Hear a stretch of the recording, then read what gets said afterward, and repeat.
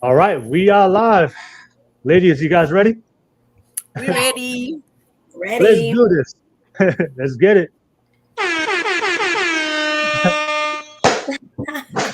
What's up, everybody? We are live. Welcome to another session of the Gobble Club Podcast, number one Polynesian podcast in the world. Oh, wow.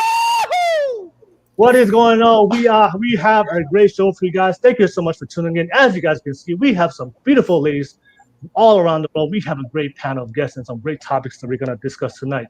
If you're tuning in for the very first time, thank you so much for tuning in. Thank you for so much for watching. To all my subscribers out there that always follow me every single week and always subscribe and love my channel. I see the comments already coming in. Thank you so much for all your love and support. If you love this channel, support the content, appreciate what I do. You guys already know what to do. Press and smash subscribe button real quick.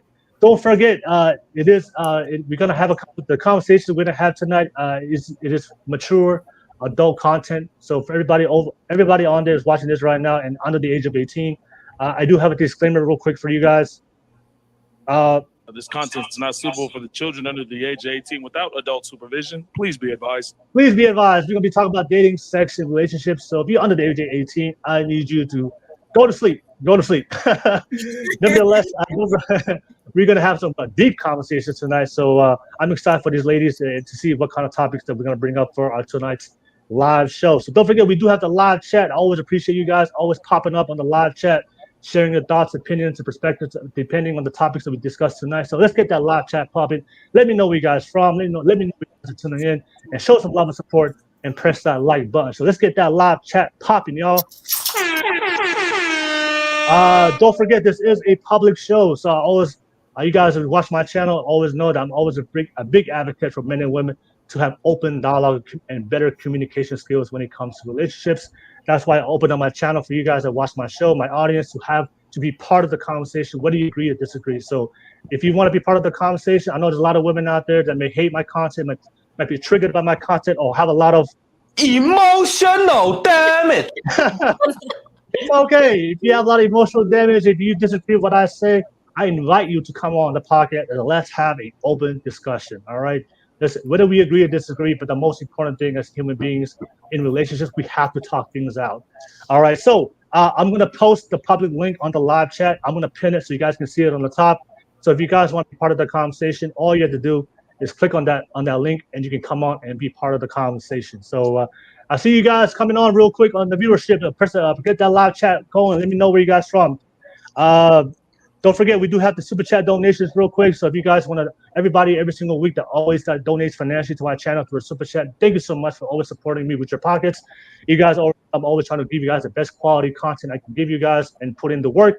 So respect the ambition, the grind, and the work I put in every single week for you guys to give you guys a great show. So the best way you can do it is show some love and support. Drop a super chat donation and support me with your pockets. The best way to do it is ask it through a question, a topic. Every single super chat donation that goes towards tonight's show will be reinvesting my show to give you guys better content. Also, I'm going to post it live on the show and read it out for you guys to give you some love and support. And everything that you guys want to ask through a super chat donation, we're going to discuss it with the ladies tonight. So if you guys if you want us to answer a specific question or topic that you guys want us to talk about live on the show, the best way to do that is ask it through a super chat donation. All right, so much love to you guys. Let's get that live chat going. And that's pretty much it from all my YouTube stuff. First and foremost, I just want to say to all the beautiful ladies joining me tonight from all around the world, thank you so much for taking the time out of your busy day to be part of my show. Much love to you. And I do one more shout out to all my ladies real quick. All right, thank you so much. I'm excited to have you guys on the show. I'm excited to see what you guys are going to add on to the conversation on the topics that we're going to discuss tonight. But ladies, there's a lot of men on here and women, particularly the men. They want to know who you are. So if you can go ahead and introduce yourselves real quick. What's your name? What's your age? What do you do? And what is your relationship status? And I'll start off with you, Shenequa. Go ahead and introduce yourself real quick. My name is Shenequa. I'm 31 years old. I'm a personal trainer, and I am currently single. All right, no worries. Thank you so much, Shenequa. I'm excited. I'm excited to have you on tonight's show. I'm ready, all the way from Houston, so I'm ready. represent. Thank you so much, Shenequa. All right. I'm gonna pass it on to Shannon. Go ahead, Shannon, and introduce yourself real quick. I'm Shannon. I'm from Florida. I am 40 years old. I do marketing for a living, and I am single.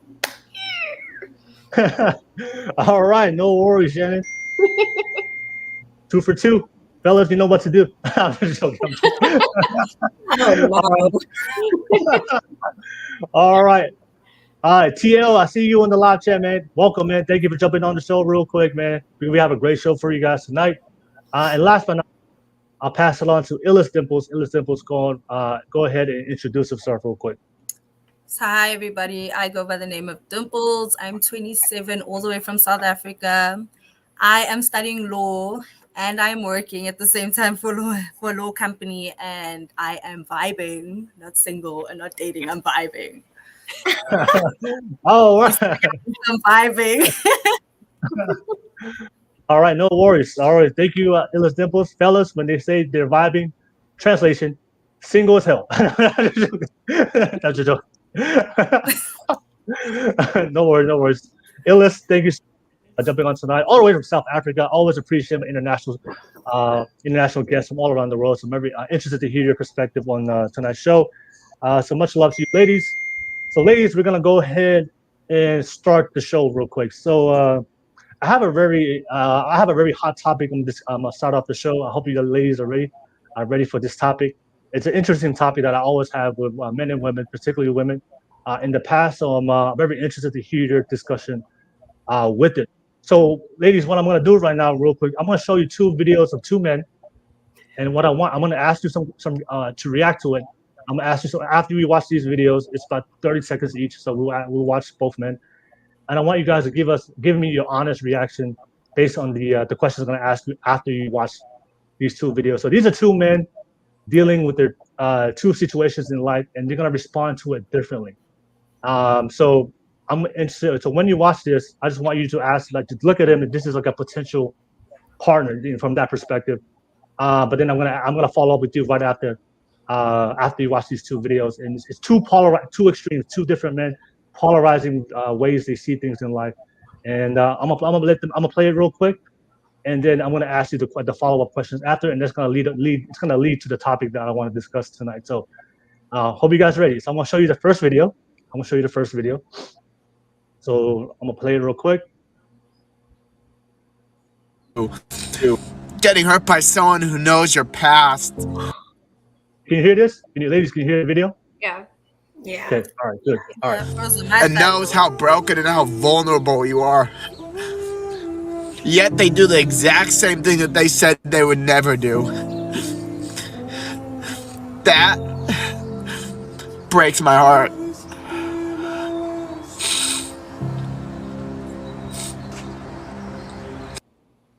All right, cool. I'm gonna show you a different video, and it's gonna be pretty much a polarizing opposite of this video. And I'm gonna show you a different video. Let me take off this one. And be honest with yourself and say, if I was a hot bitch, would I fuck me? And the answer for most of you is no. So you can't be mad at women. They've got eyes. They see the same shit you see right now. And they just don't. The answer's fucking no. You ain't got shit worth fucking, my friend. When they look at me, they're like, okay, yeah, all right, fuck it. It is what it is. That's the game. But I made myself this way. I wasn't born this way. I absolutely and utterly made myself this way. And any single one of you men out here can do the same thing. All right.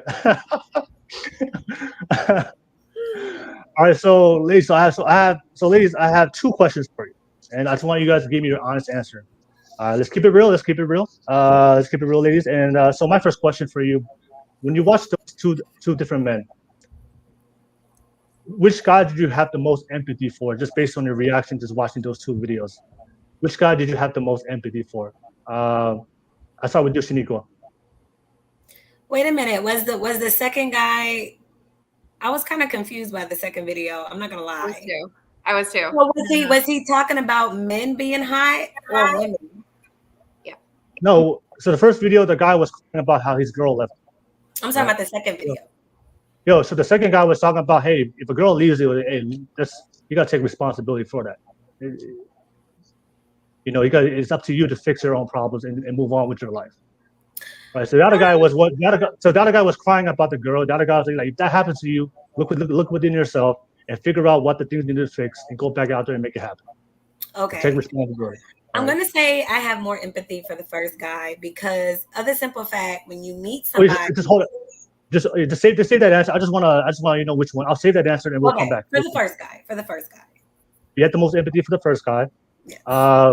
Shannon, who do you have the most empathy for? The first guy or the second guy? First guy, because I already have a Stitch video that I filmed for him. Like, Okay. All right. Okay. All right. I did it like the other day. I was like, oh, I felt so bad when I saw that video. All right. No worries. And then Illest Dimples, who did you have the most empathy for? The first guy or the second guy? No, the first video. The first video. All right. I No can worries. relate. No worries. The first video. Definitely can relate to the first video. All right. So all of you were unanimous but the first guy. Okay, cool. All right, so the second guy, I'm sorry, the second question I want to ask you, ladies. So if you had to pick between those two guys based on what you saw, who would you want to marry and who would you have the most confidence that he can provide a secure future for you and your family? After seeing those two guys, how they respond to life issues in their own personal life. So out of those two guys, who would you want to marry and who do you have the most confidence that he can provide a solid, secure future for you and your family? Start with you, Shenequa. So out of those two guys, who would you pick to marry and have confidence that he can provide a secure future? Guy number one. I'm going to go with guy number one. Okay, guy number one. All right. So guy number one. Okay, all right. Okay, all right. Shannon. So can I give my answer and why? Oh yeah, I just want you to pick, and we'll come back, and you can add and why. I'm gonna come back to the why part. I just want you to pick real quick. Number two. Number two. All right. So Shannon said number two. Okay. All right. The guys are already coming for you, Shenequa. They're coming for you, Shenequa. No. All right. So Shannon said number two. Okay. All right. That's fine. And number three, Illest Dimples. All right. Who would you pick? One or two? I'm not gonna lie, both of them are cap. Both of them are cap. I don't trust niggas on cameras like that. Stop it. Niggas that say on the phone, TikTok, no, they lying. They capping. But anyway, I'm gonna go with what I feel. Okay, number one. I'll go with Shenequa on this one. Number one. Good answer. It was a genuine, like, no nigga, if a nigga cries for you, boo, I've seen a nigga cry in front of me, and that ain't it. That was genuine cry. Like, the boy felt me. Right. I agree. He was willing to fish the flipping moon for me, so I'm gonna go with that one. Definitely. All right. Nigga cry for me. All right. No worries. So I'm gonna give you guys a chance to explain your why, but this is the topic that I want to start off the show real quick because this is something that I always have a debate with, not only between the men, because I do a podcast with men, we talk about male improvement, but also with the women as well.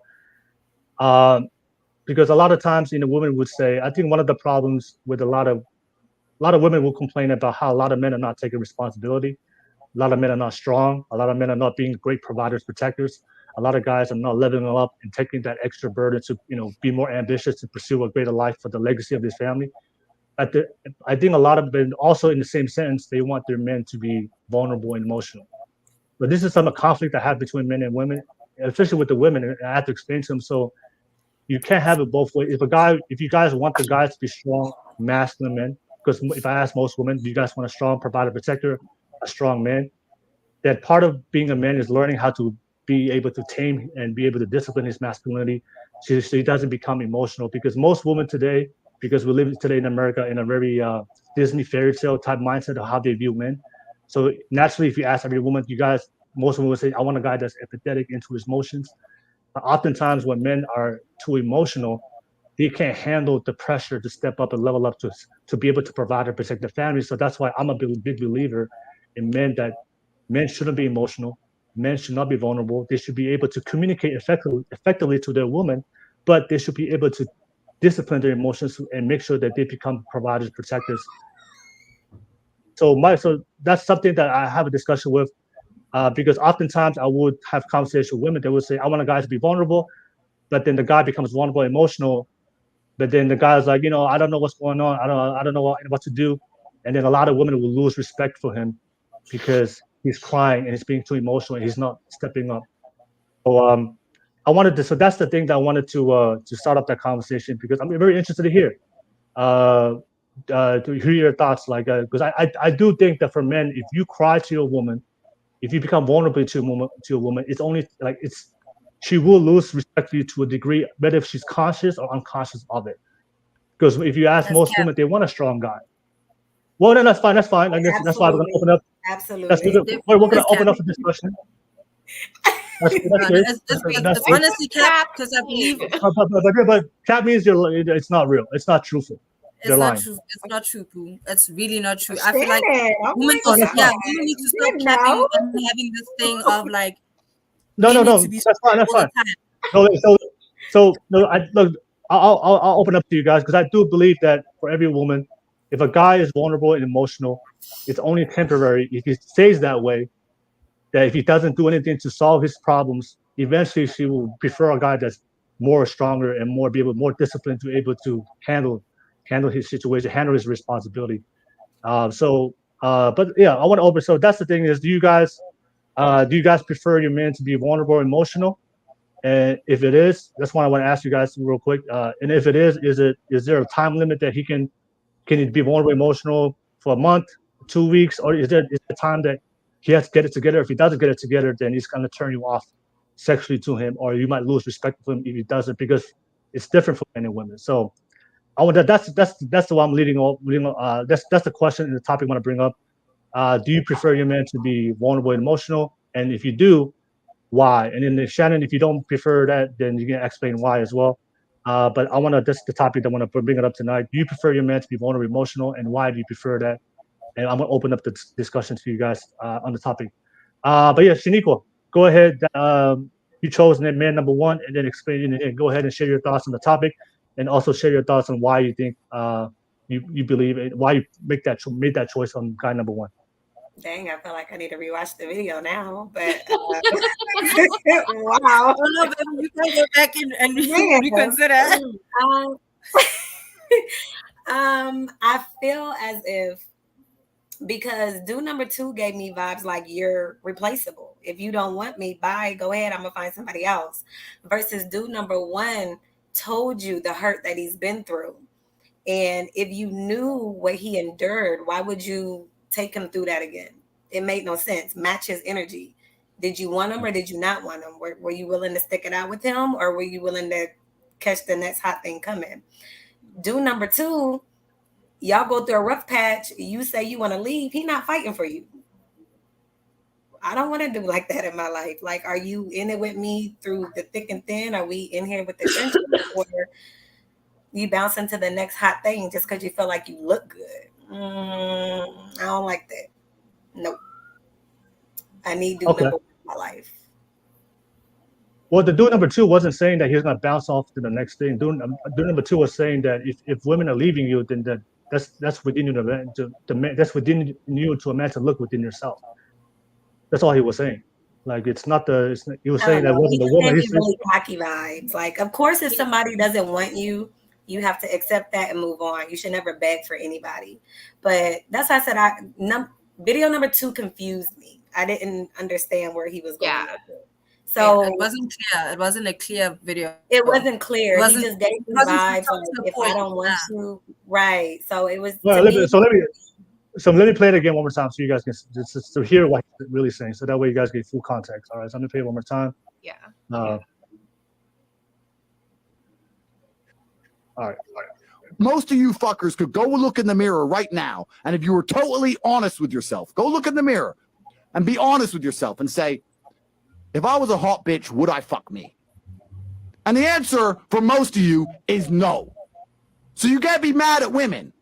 They've got eyes. They see the same shit you see right now. And they just don't. The answer is fucking no. You ain't got shit worth fucking, my friend. When they look at me, they're like, okay, yeah, all right, fuck it.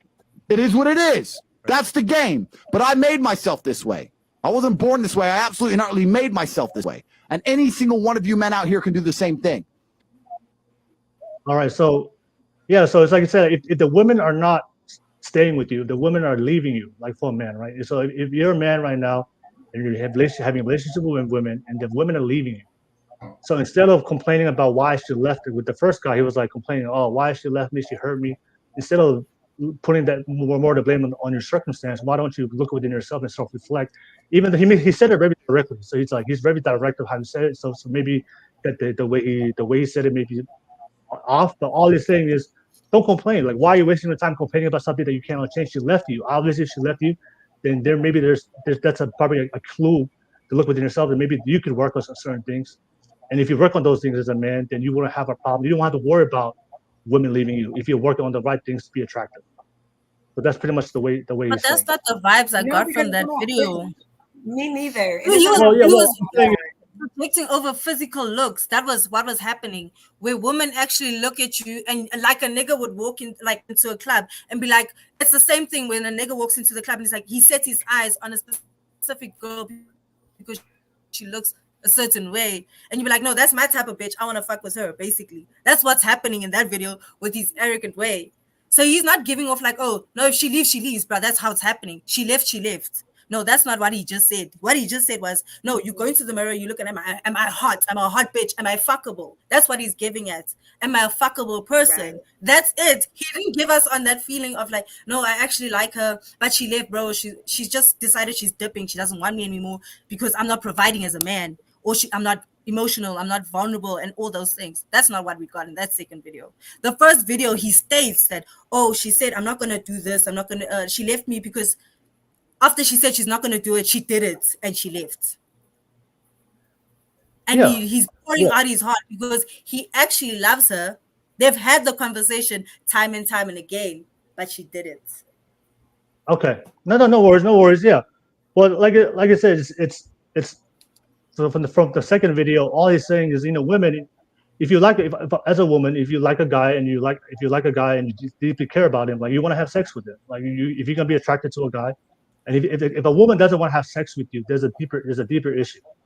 There's a reason. If she doesn't want to have sex with you, obviously. That's the second video. He made it about sex, bro. That's what he did. I'm ready. Well, okay, no worries. I'm ready because I picked guy too. I'm sitting there. Okay, all right. Shannon is boiling his Like the blood is like right here. Okay, so Shenequa, so you picked up guy number one, and then let me ask you. Okay, so Shenequa, before I pass on comments because they. Before I pass it on to we have some guys. Let me show real quick. You didn't get the video. I totally missed the whole point. Yeah. And the second guy saying to look in the mirror and reflect, similar to how he had to build himself over time to a point where he's confident enough in who he is and what he brings to the table. All right, so thank you so much for your comments. Definitely get those comments, guys, real quick. I really appreciate you guys watching the show. So Shenequa, you see you picked guy number one, and also Shenequa, also I want you guys also. I remember I asked you a second question. Which guy would you want to marry and have confidence to provide a secure future for your family? So, obviously you picked guy number one, but I want to ask you what from that video gave you confidence that you could marry him and he was going to step up and provide a secure future? Like, what gave you that impression? Let me just say this, because that to me the video is not a good example, because the video is about physical in the second video. It's not even emotional. So I feel like, I don't know. If he said more about if I'm like a good man and, I can provide and I can do this and I'm good to you and you choose to walk away because I don't do it for you, I get it. But he just made it about physical. So this is why I'm saying I'm going with guy number one, because he played. He did it. I can't keep my mouth shut for too much longer, Will. Go. I got you, Shannon. I can't do it.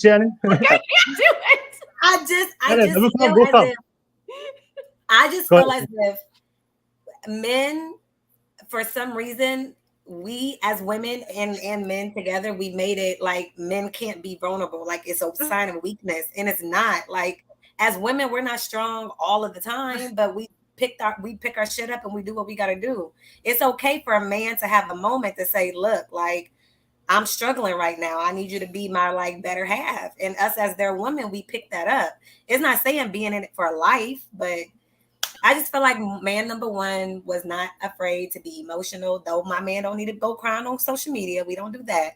But I want my man to be able to be vulnerable to me and be emotional to me, and me not seem like he's not masculine because he's having a moment. That's all I'm trying to say. Okay, no worries. You said that the man couldn't cry on social media, but obviously he did on social media. So the fact that he put it on social media, would that lose respect? Would you lose respect from him if he was crying on social media? Because that's what he did. It's definitely going to make me feel some type of way, because I feel like our relationship is not for the public. Talk to me. Cry to me. Like, I'm your woman. I'm your wife.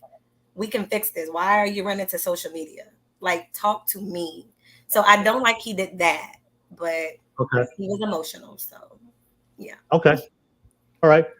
No worries. And yeah, that's pretty much, I just want to ask you guys what you thought about that. Okay, no worries. I'll pass it on to Shannon. Shannon, go ahead. Why do you pick the guy number 2, and you can explain yourself why? Okay, so first of all, listening to the video again, I heard it that second time. It had nothing to do with vulnerability. It had everything to do with holding yourself accountable for your own actions and taking responsibility for your decisions. So he was basically saying it really had nothing to do with physical aspect. It had everything to do with, take a look at yourself. Would you date you right now? That's all he was saying. So whether that's you're looking at the physical aspect of it, you're looking at the successful aspect of it, you're looking at financial, whatever that might be, he was basically saying, look at yourself right now. Would you date you? Now you're questioning, you said no to that. You said, no, I wouldn't date me. So now you're questioning why she left you. Like, this is why she left you. So he then turned it, because he's a cocky SOB, I'm sure. So he's like, well, I'm hot, I'm this, I'm that, you want to be me. So then he turned it into that physical aspect. But what he was really doing was saying to the men, like, you need to hold yourself accountable. Like, what is she looking for as a woman? Like, what are you communicating to her? Tegan, I'm telling you, stop it. Sorry, I have a toddler. So that's why I would pick the second guy. And I think I'm probably a little bit biased in here, or not biased, swayed, I guess, in my decision too. Because like I said, I had already stitched the first video. I already saw that earlier this week. And I went and looked at other videos of his, and he's got like 10 videos out there where he's like just crying out there. And like, he's got a very emotional page. He's very like in tune. And the vibe I got from him was he picked a girl that clearly friend zoned him. He picked a girl that he was in the friend zone with for a very long time. He had that one small window to like be her boyfriend, and he did not step up to the plate as a man. And he had already been vulnerable. And that, again, like we're making assumptions based on 15-second videos, but the vibe I totally got from him was he's already been vulnerable with her and emotional with her because she was his friend, him hoping that she would be more. And then when it didn't work out romantically, it broke his heart. My biggest pet peeve is when people put personal shit on social media and they become kind of passive aggressive in that sense. It's like, just like Shenequa said, like, this is between me and you. Please do not put our relationship out on social media. If you want to talk to me, have that conversation with me. But to me, I 100% would still pick guy number 2 because he holds himself accountable and he's got a standard of what his expectations should be in a relationship. Therefore, I should hold myself to that same standard. You know, just because I'm in a relationship doesn't mean that's my cue to like let myself go in any way, shape, or form, whether that's physical, professional, motivational, like fill in the blank. You met me at this. I'm going to maintain this and carry that on throughout the duration of our relationship. All right, no worries. Thank you, Shannon. Boom! Oh, I feel so much better. Shannon was waiting for her moment, baby. No, and I think Shannon made a great point. Like, I don't think the guy was. I mean, for me, like, I don't think the guy. There's a difference between like. I think he was just confident with how he said it. I think for a lot of guys, when you're a confident man, like you say things openly and with confidence. I know a lot of times, you know, like he's just the guy. Take accountability. If women are not choosing you, don't cry about it. Why waste time crying about it? Because that doesn't fix the solution. That doesn't change anything. Reflect within yourself. See what happened. then see what you can do to improve yourself. So that way you have a better probability of these women not only picking you, but they're also maintaining the relationship. So it may be like it is. Maybe you didn't like the way he said it, but it's just when you listen to what he said directly, it's just all about accountability. Can I add something really quick?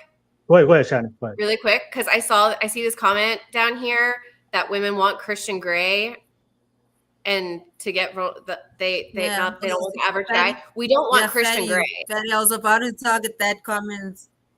Like Christian Grey does not exist. The only reason Christian Grey we was do want you, but please come a billionaire. Like that's the only reason Christian Grey could do that. An average guy who acted like Christian Grey would not get a second date. The only reason Christian Grey got to get what Christian Grey got was because he was a billionaire, and it's a fake character. It's not. That doesn't exist. So no, we don't want Christian Grey. At least I don't think. Yeah. No. You made a great point, Shannon. Also for guys to build their life to the level of like Christian Grey, like to that their social economic status, you don't get to that level of society by crying, by complaining about your problems. Exactly. You don't get to that level unless you're a very accountable and resilient person. Yeah. That's why, like I said, like if you look at it, just even though it's a small clip, but for me, like if accountability goes way further in life, especially when it comes to relationship, than a guy that's when something happens, he's gonna cry about it. But go ahead, Illest Dimples. I'm gonna pass on to you. Why did you pick guy number one? Why did you pick guy number one? Go ahead. Okay, so I picked number one because I feel like girls need to stop lying about.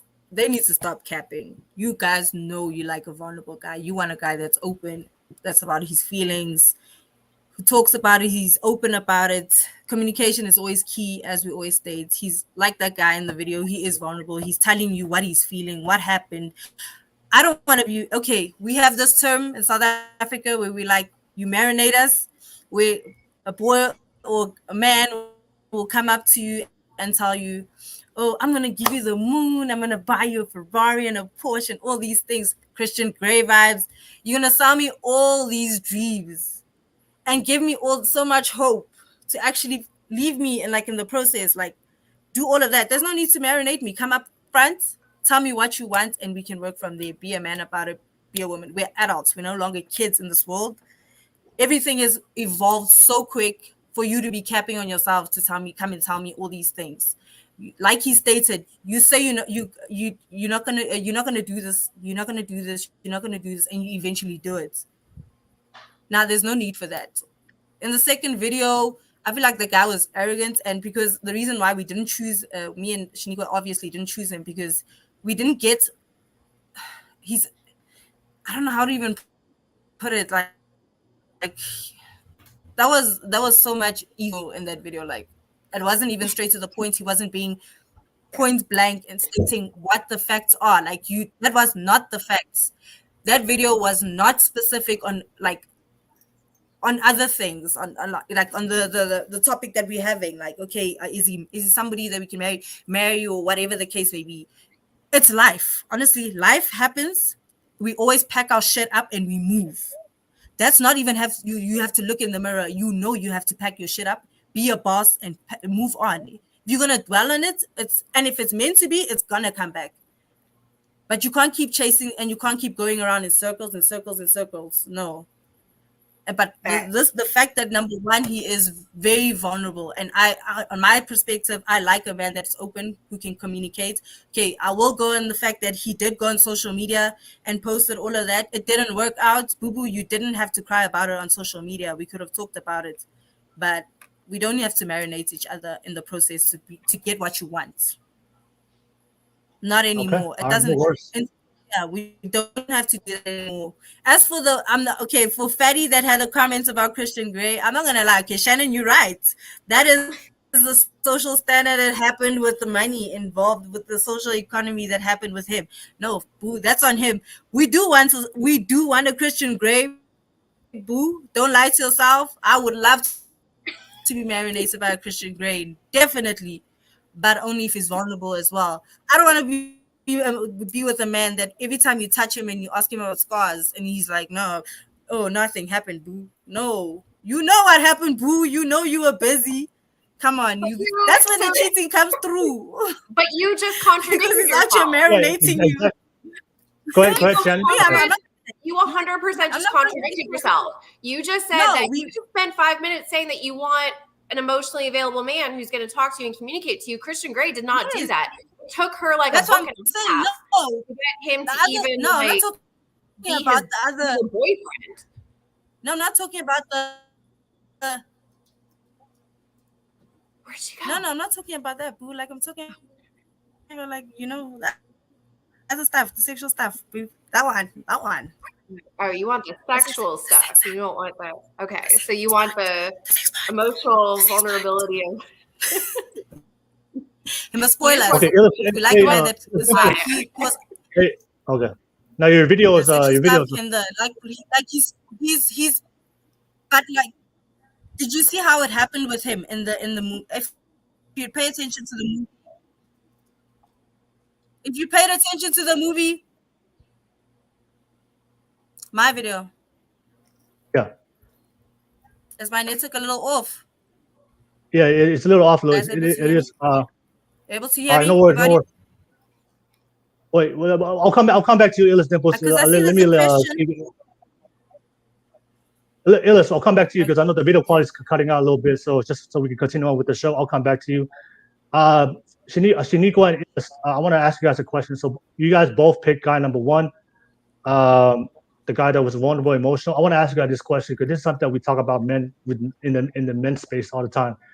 If a guy is emotional, vulnerable to you, does he have a time limit to get his life together, or can he cry as long as he wants and be vulnerable as long as he wants until that time comes? And then, but is there a limit where like there's a time limit where if it's a couple of days, a week, and then if there is a time limit before you're like, you know what, I can't handle this no more. I'm losing respect for him as a man.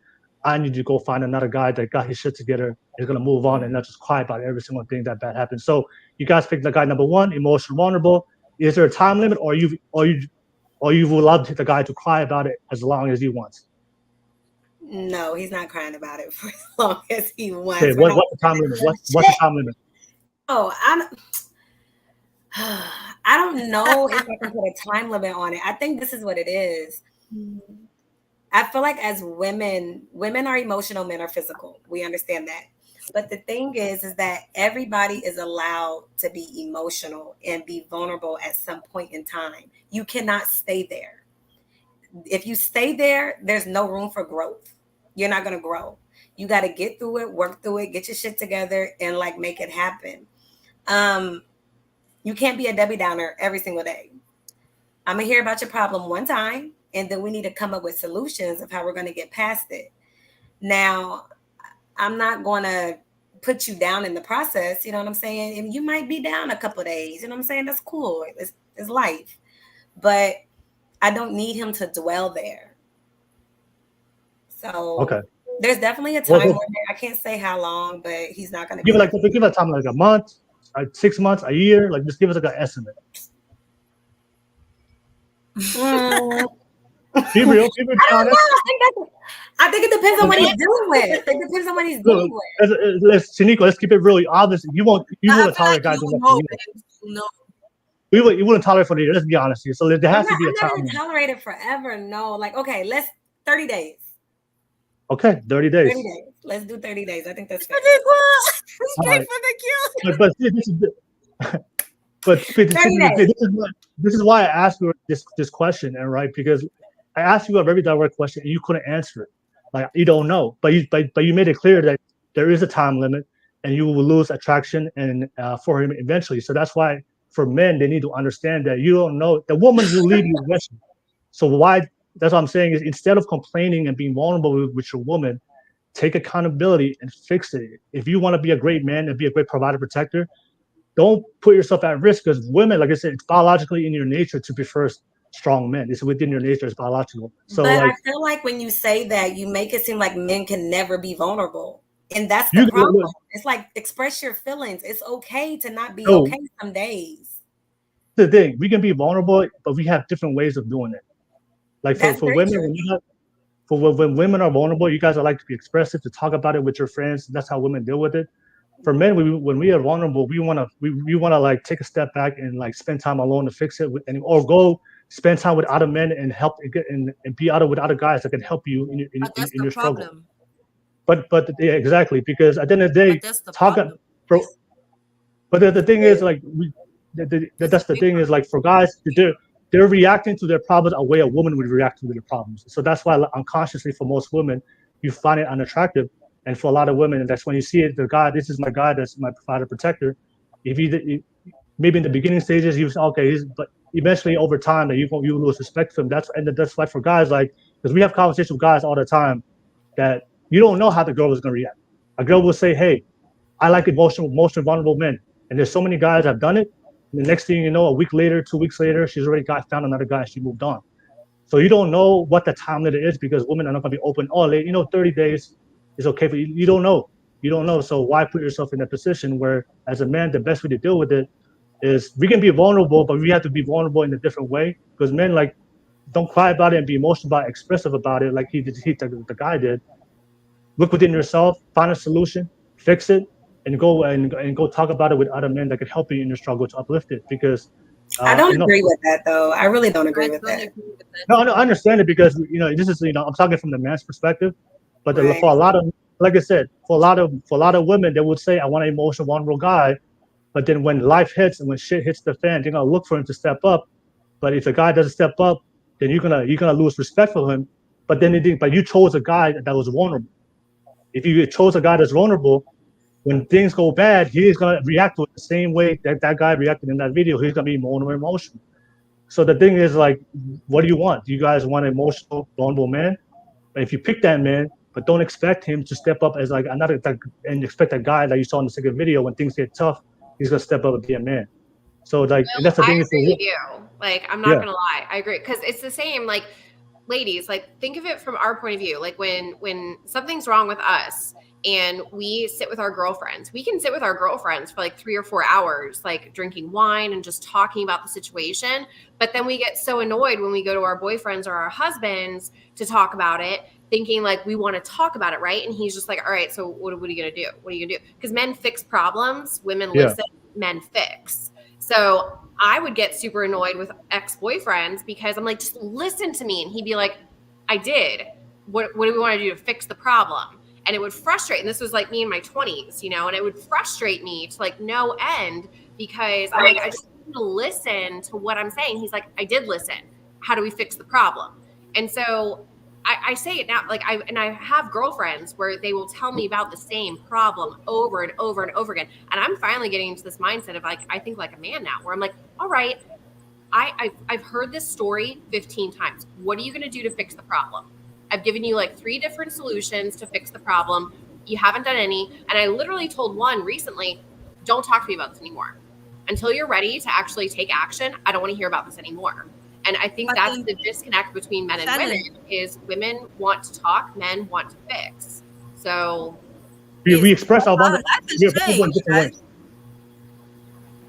life has really changed. A man can't be emotional or vulnerable with you. A man's going to be emotional and vulnerable with you when you are a safe space for a man and you give him peace, he will be emotional and vulnerable with you. Yes, that's true. That's what I'm stating. You need to have an emotional connection. Like in today, like you said, in your 20s, I'm in my 20s right now. So the generation has really, really changed, like really, really so much that women have actually become the men. And it's super crazy. It's really crazy right now. I agree with what you're saying as well. It's true. Men always find the problem. Women complain. But what I'm seeing, I'm speaking on the perspective of being in my 20s right now. It has completely changed. Honestly speaking, we've upped our game as women. Therefore, we've learned to study a man's mindset, that we're able to walk now in their shoes. Therefore, you have the argument of a feminist happening. Are you a feminist or not? Because now a woman can do a man's job. Facts. It's happening. We are the problem solvers. We understand. We're fixing our problems. Right. We're really fixing our problems. We're able to come, and what I'm like, we can go back to the fact that, we want a vulnerable man. Yes, there is a cutoff time for when you need to push, where we can accept it. But only time can tell when. But if you're really connected in that emotional standard, it will run for as long as it can. But also, you need to be vulnerable so we can discuss it, so we can both fix it. You can't fix it alone, right? Okay, Communication I've got a question for the is key, vulnerability isn't that- part. Real quick, guys. I need to chat real quick. Shout out to Fatty. Fatty with the super chat donation. Thank you, Fatty, for the donation. He has a question. How many of your boyfriend were the open nice guys? So that's the question he wanted to ask the ladies. Ladies, this question is like the guy that you chose number one. How many of your past boyfriends were like that? Let's start with you, Shenequa. Nice guys. Yeah, like how many of the guy he was referring to, the guy number one, open, vulnerable, and emotional. How many of your boyfriends in the past were like that? Fuck, 0. Okay, exactly. Okay, exactly. That's why I'm single now. Yeah. Y'all want to be hard all the goddamn time. Be vulnerable with me. We wouldn't be having this topic right now in this podcast. And I would be married, happy in Beverly Hills. All right, okay. And then Illest Dimples, how many of your past boyfriends like the guy number one? Boo, I'm here for a reason. 0. Like, men don't talk. Y'all don't talk. Y'all don't know how to communicate. That's why you're out here cheating also on top of it. Y'all can't tell us what your problem is. Like, boo, you're not doing the right things. You can't cook, babes. You can't get on top properly. Like, tell me what the issue is, boo. You out here marinating me for no reason and you like me. Tell me I'm doing the right thing. I agree. But I think the point he was trying to make, like, okay, if this is what you guys wanted, how many did you pick guys like that? But then you just kind of explained that you picked guys that you picked in your life. You never picked guys who were emotional, vulnerable. That's what he was trying to refer to. Okay, can I be honest? I'm trying to be honest. One, so. I was marinated to thinking he was nice, and we got there. Me and too. when we were about to cut each other, niggas switched up like fucking balloons in the air. Yeah. I was marinated. I'll come to you. Give me 1 second. Yeah, go ahead, Shannon. Go ahead. Okay, so here's the opposite. My ex was the nice guy. He was that guy, and we dated for an extreme, like almost a decade. And I was the man in the relationship because we're not going to get into it. It's too long of a story, but we dated for so long. We talked about everything. When we broke up, he cried his eyes out to me. Like, I mean, it was the worst. But in the relationship, I was the man. I paid the bills. I brought home the bacon. I paid everything while he started a business. And me at the time was looking at it like, I'm supporting us. I'm working now because I know he'll pay me back later when I want to write my book or when I want to start my podcast and I want to take a year or two off of working. That's how I looked at it. Like, we're a team. We're doing this together. We're in this together. And the whole time, he's being open and communicative with me. And we would lay in bed every night talking and all these things. But at the end of the fucking day, I needed the man to show up. I needed him to be the man. And everyone looked at me like, Shannon wears the pants in this relationship. Shannon's the one who does this. She runs the show. And I'm like, I was so tired of it. By the end of it, I was so fucking tired of it. Like, you just get to a point where you want a man who's going to put his hand on the small of your back and walk you through the room and pull out your chair for you, let you sit down, and like, you don't have to make decisions. That's my point. What did I tell you? It comes to a certain time where you've taken so much. And there's no time frame for you to say, oh no, in the next 2 years, I want you to be here. Boo. But the point is, you're telling him you need to meet me here. No, boo. Like you said, it took you how long for you to realize now? But the point is, based on that, realizing like I can sit here and I can cry and I can have these conversations with my girlfriends. Yeah. I don't need that from my man. I need my man to be my man. And being in that relationship is what that made me realize. Like, I don't need somebody who's going to sit here and just be open and vulnerable with me all the time. I need somebody who's going to actually step up to the plate and put their money where their mouth is and do what they say they're going to do and make those solid efforts. He got so comfortable with the lifestyle I provided for him. That's because you allowed it, though. Like, you didn't set the tone from the beginning. girl, like, don't even get me started. Yeah, Like, I feel like like it's a difference when you set a tone, right? I need you Yeah. to be the alpha. I need you to be the leader. I need you to take on. That's cool. You set the tone. Like, you as the woman, I'm going to set that tone. But I also need you to understand that I don't expect you to show up 100% every single day. You're allowed to say, this is getting hard for me. Like, I need help. You're allowed to say that. But I'm never going to say, oh, baby, yeah, it's okay. Like every day. No, I got 3 kids that I do that to. You're the man. But I'm never going to make it seem like you got to be the rock 365, 24/7. I'm not doing But that. predominantly, majority of the time, you would rather him be that than the vulnerable guy. So that's what you're saying. So ultimately, you don't really want the nice guys, because the No, vulnerable guy will be vulnerable want the nice 24/7.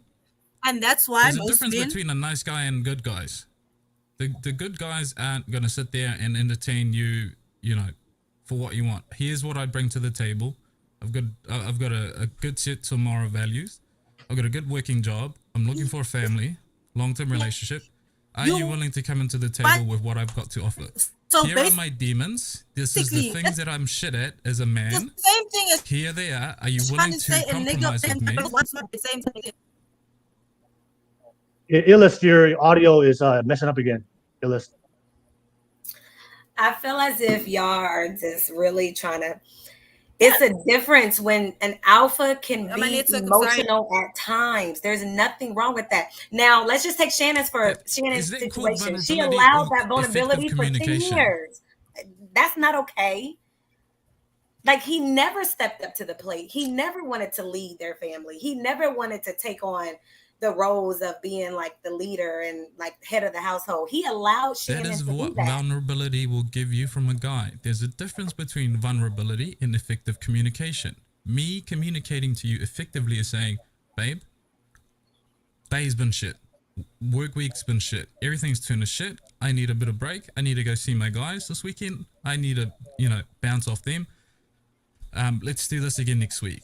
And then he takes a whole year, gets his shit together, comes back to you, oh, babe, same thing happened again. I'm a little bit better at dealing with it now, but I need some time off. That's effective communication. That's not vulnerability.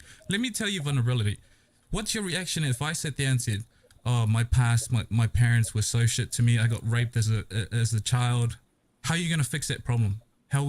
Is vulnerability, how are we as a couple going to fix this? We can't. We just have to move on. And that's what we men teach each other. You don't have to be...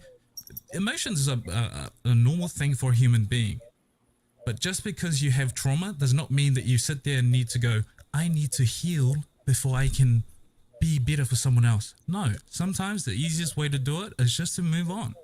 Bullshit. There is nothing you That's can bullshit. do to fix it. That's bullshit. Okay, how are we I know gonna You fix that's have it? to heal happened. through your trauma, because if you don't, you How? bring the bullshit to the next relationship. exactly. Okay, how do- Yeah. You How? can't do that. Thank like, you, Shannon. that's the Okay, problem tell with me. That's fucking one men. thing. If you don't deal Y'all with it, feel You like guys, you have to show up all the time. guys, real quick. We need this for the show to be able to effective. Everybody's watching. You can't be talking over each other. So let's go one by one. Daniela, finish your point, then I'll bring up to the next ladies, Yeah, and they can. how are we gonna fix it? discuss you. You tell me Okay. a sets of process and solutions that we're going to fix trauma, and let's do it. But you need to give me points and reasons of how we're going to fix that. Okay, go ahead, Shenequa. First off, I feel like a lot of men and women have not healed from child trauma, and it's real. Childhood trauma is real, and it takes for you to dig deep to see why is it still affecting you in your adult life, and you need to go talk to somebody, whether it's a counselor, a pastor, a priest, whoever you believe in, and you need to fix it. Because if you are an unhealed person and you're trying to form a life with me, you're bringing your trauma to me. So little things that would not set you off might set you off. And you're not mad at me. You're mad at the person that hurt you 20, 25 years ago. You haven't healed from it. I don't believe a man just has to get over it. A woman just has to get over it. No, that's a lot to carry for anybody, man or woman. But we have created a society that makes men feel like they have to get over it. I can't talk about it. I can't dwell on it. You're allowed to feel that emotion. There's nothing wrong with that. That doesn't make you not a man. I don't know whoever started that bullshit, but it's bullshit. And I don't agree with it. That's my opinion. Oh, How? thank you, Shenequa. You're still missing the how. I'm looking for it precisely. I just said how. You need to go What are we talk to gonna do? somebody. And how is talking to someone going to fix my problem as a man? Because sometimes when you voice it to somebody who doesn't know you, they can say, like, they can make you see things that maybe you couldn't see. You been to a therapist before? I haven't been to a therapist, but I'm a firm believer in a pastor. I can tell you that I I have dealt I with have trauma, been to the, you know. Yeah. No solution has ever come out of therapy for a man. I can tell you that. Why? We fix things, like Shannon said. That's how our brains are wired. We need to fix something. In order for us to heal, as you ladies define the term, we have to actively recognize what triggers us and learn to move forward when it does happen. That is not healing. That's just being an adult and moving forward. You gotta learn to. You gotta heal from it. I have a question as well. Yeah, okay, 1 second. Okay. All right, no worries. I'll pass. Do you guys want Shenequa and Danila? Do you guys want to add on anything before I pass it on to Shannon and Illest? No, I just To heal from something, it has to completely be, unaffected to you. There are certain things that will always affect you for no matter how long you lived on this earth. That's true. And if you're saying you have to heal, but it still affects you for the rest of your life, then you truly are not healed. That's the point I'm getting across. So you have to learn at one point in your life to just move on. Recognize what triggers you, recognize the environment that will trigger you, and either avoid it or learn to get better at dealing with it. That's what exactly my point is. You don't need to heal, because there are things that will always haunt you for the rest of your life. But you do have to recognize those triggers. You have to recognize what environment those triggers come from, and either learn to deal with it and expose yourself to it, or remove yourself completely. That's my point. This whole vulnerability and talking and healing is such a bullshit to me, in the sense that things will hurt you in life, and there are some things that you just can't manage to heal from. So what do you do then? What is the solution? You move on and you recognize what triggers you. That's my point. And we men do that. My question is, if that has to flip around for a woman, how do you expect us to heal as well? The trauma that you guys cause us. We never demand women to heal. That's the thing. We don't. Oh no, you guys demand too much. That's a lie. That's cap. You can call any other man. You guys cap a lot. I know what that means now. That's a lot. That's a lot of cap. And that one, you guys will trauma. You guys expect a woman needs to do this. Man, and if we had to come from a background like you're saying, we can come from rape. We need to find a way to heal from rape. And then we need to be strong enough to actually accommodate you in that sense of, oh, we need to be there for my man because he's also going through some stuff. Push aside what happened to me. And then, okay, I keep quiet about it and I start treating you according to what happened to my trauma, according to my trauma. And you're going to be okay with that. And how am I supposed to? So what do you expect must happen from there on? I'll have a question to you. Not a question. I'll answer your question. The nice guys that you guys talk about, the vulnerable guys, is the guys that are going to demand you to move on from that, because the vulnerable guy is going through the same pain. The good guys are going to say, okay, you've gone through that. What are we going to do about it? Can we do something about it? If not, what can I do as your husband, your boyfriend, your partner, to make the pain less than it is now? Do you need a massage? Do you need to go out twice a week to see your girls? Within certain parameters. What can we do for you in this moment, in this point of time, for you to move on and have that pain lessen day by day? We recognize that it'll never fade. It'll never be a thing of the past. It'll always remain there at the back of your head. This is why we talk about vulnerability. Guys who are vulnerable and so nice and marinate you with whatever bullshit that they have to talk about will come to the relationship saying, I'm hurt. I've got trauma. So don't bring your shit on me. Guys like us don't give a shit. What can we do now? Do you need a girl's day out? Do you need a warm bath, scented candle, a nice hot massage?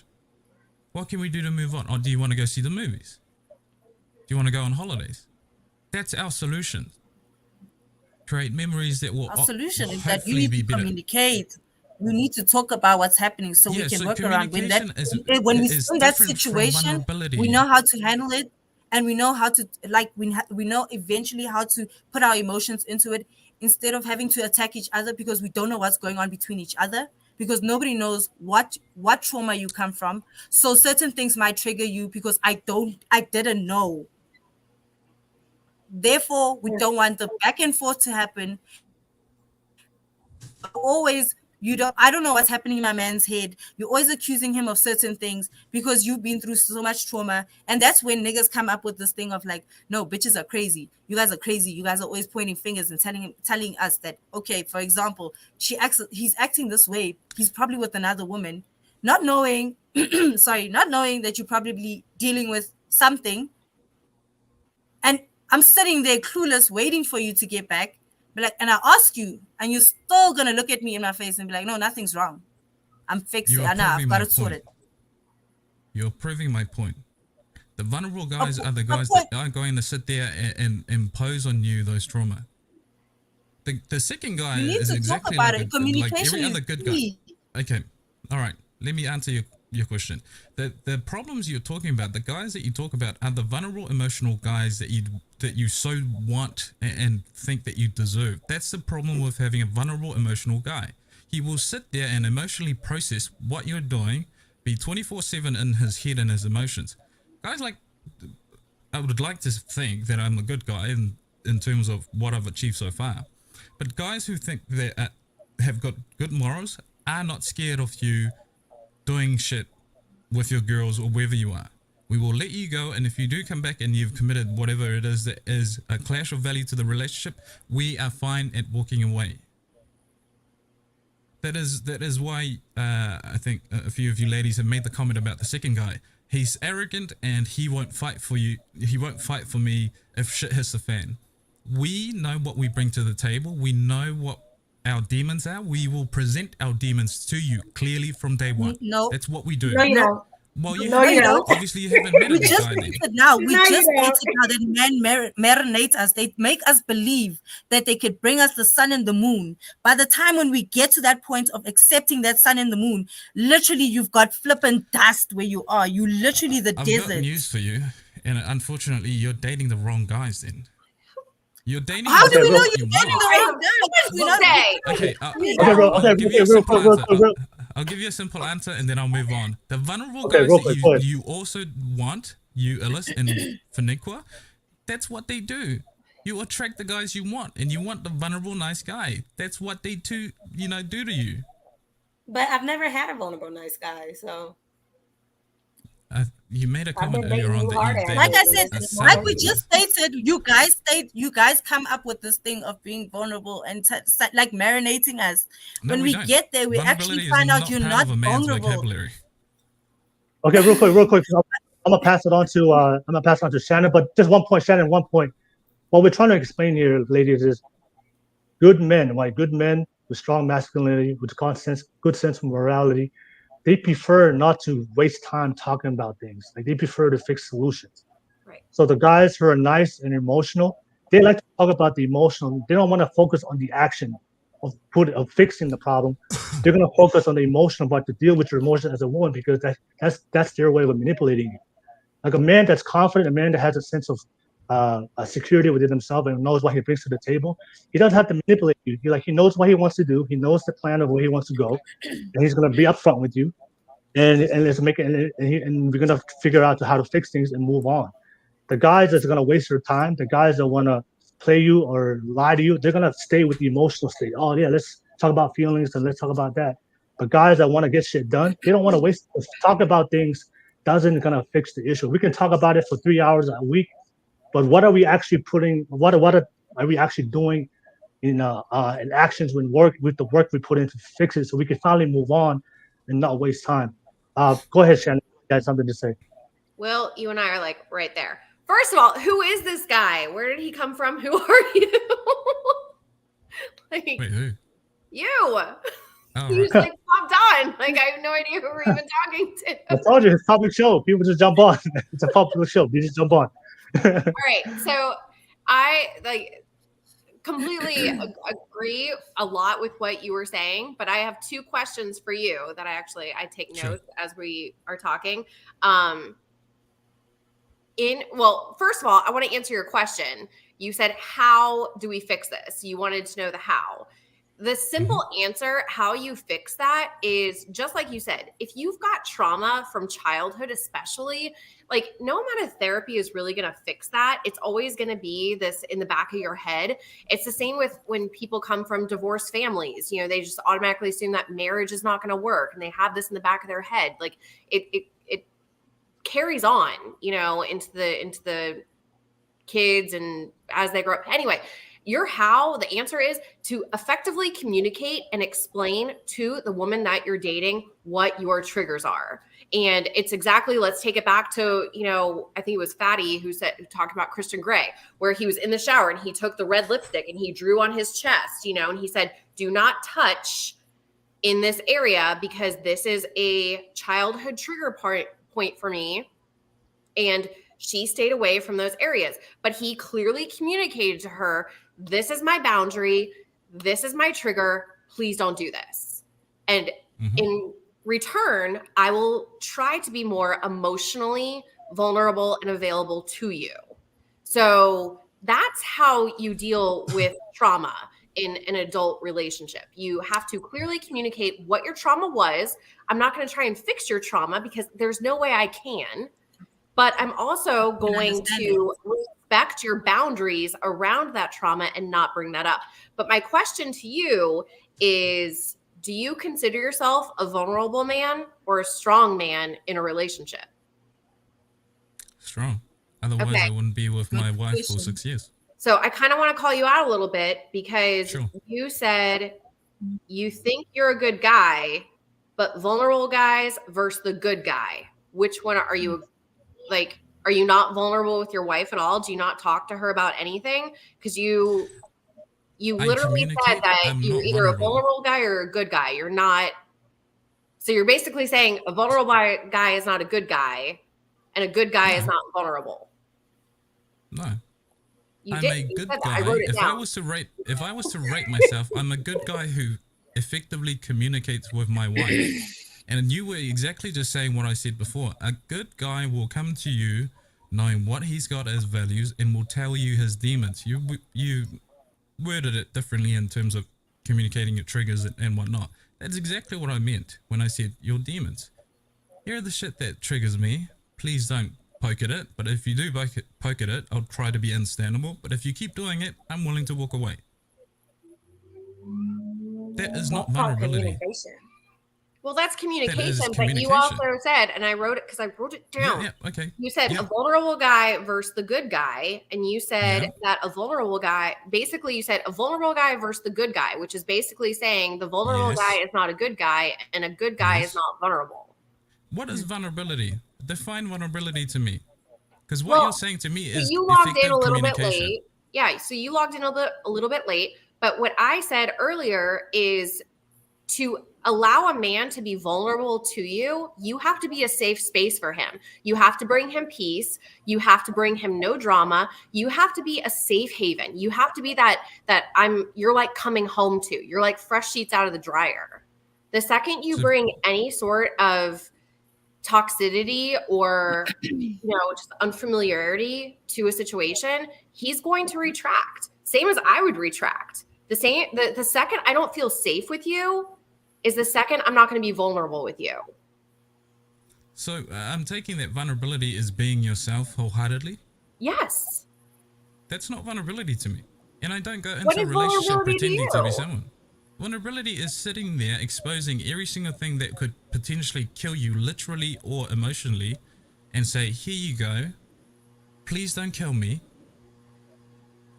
Here is the absolute power to destroy me as a human being in all that is me.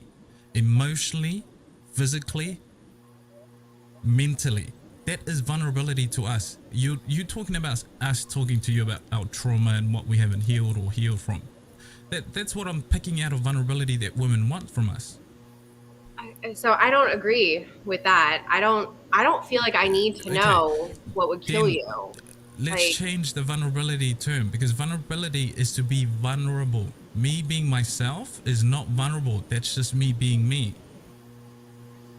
Can you define can you define the vulnerable Can you define it first? I just So we did. have I just did. Vulnerability is giving someone else the power to absolutely destroy you as a being, whether that physically, mentally, or emotionally.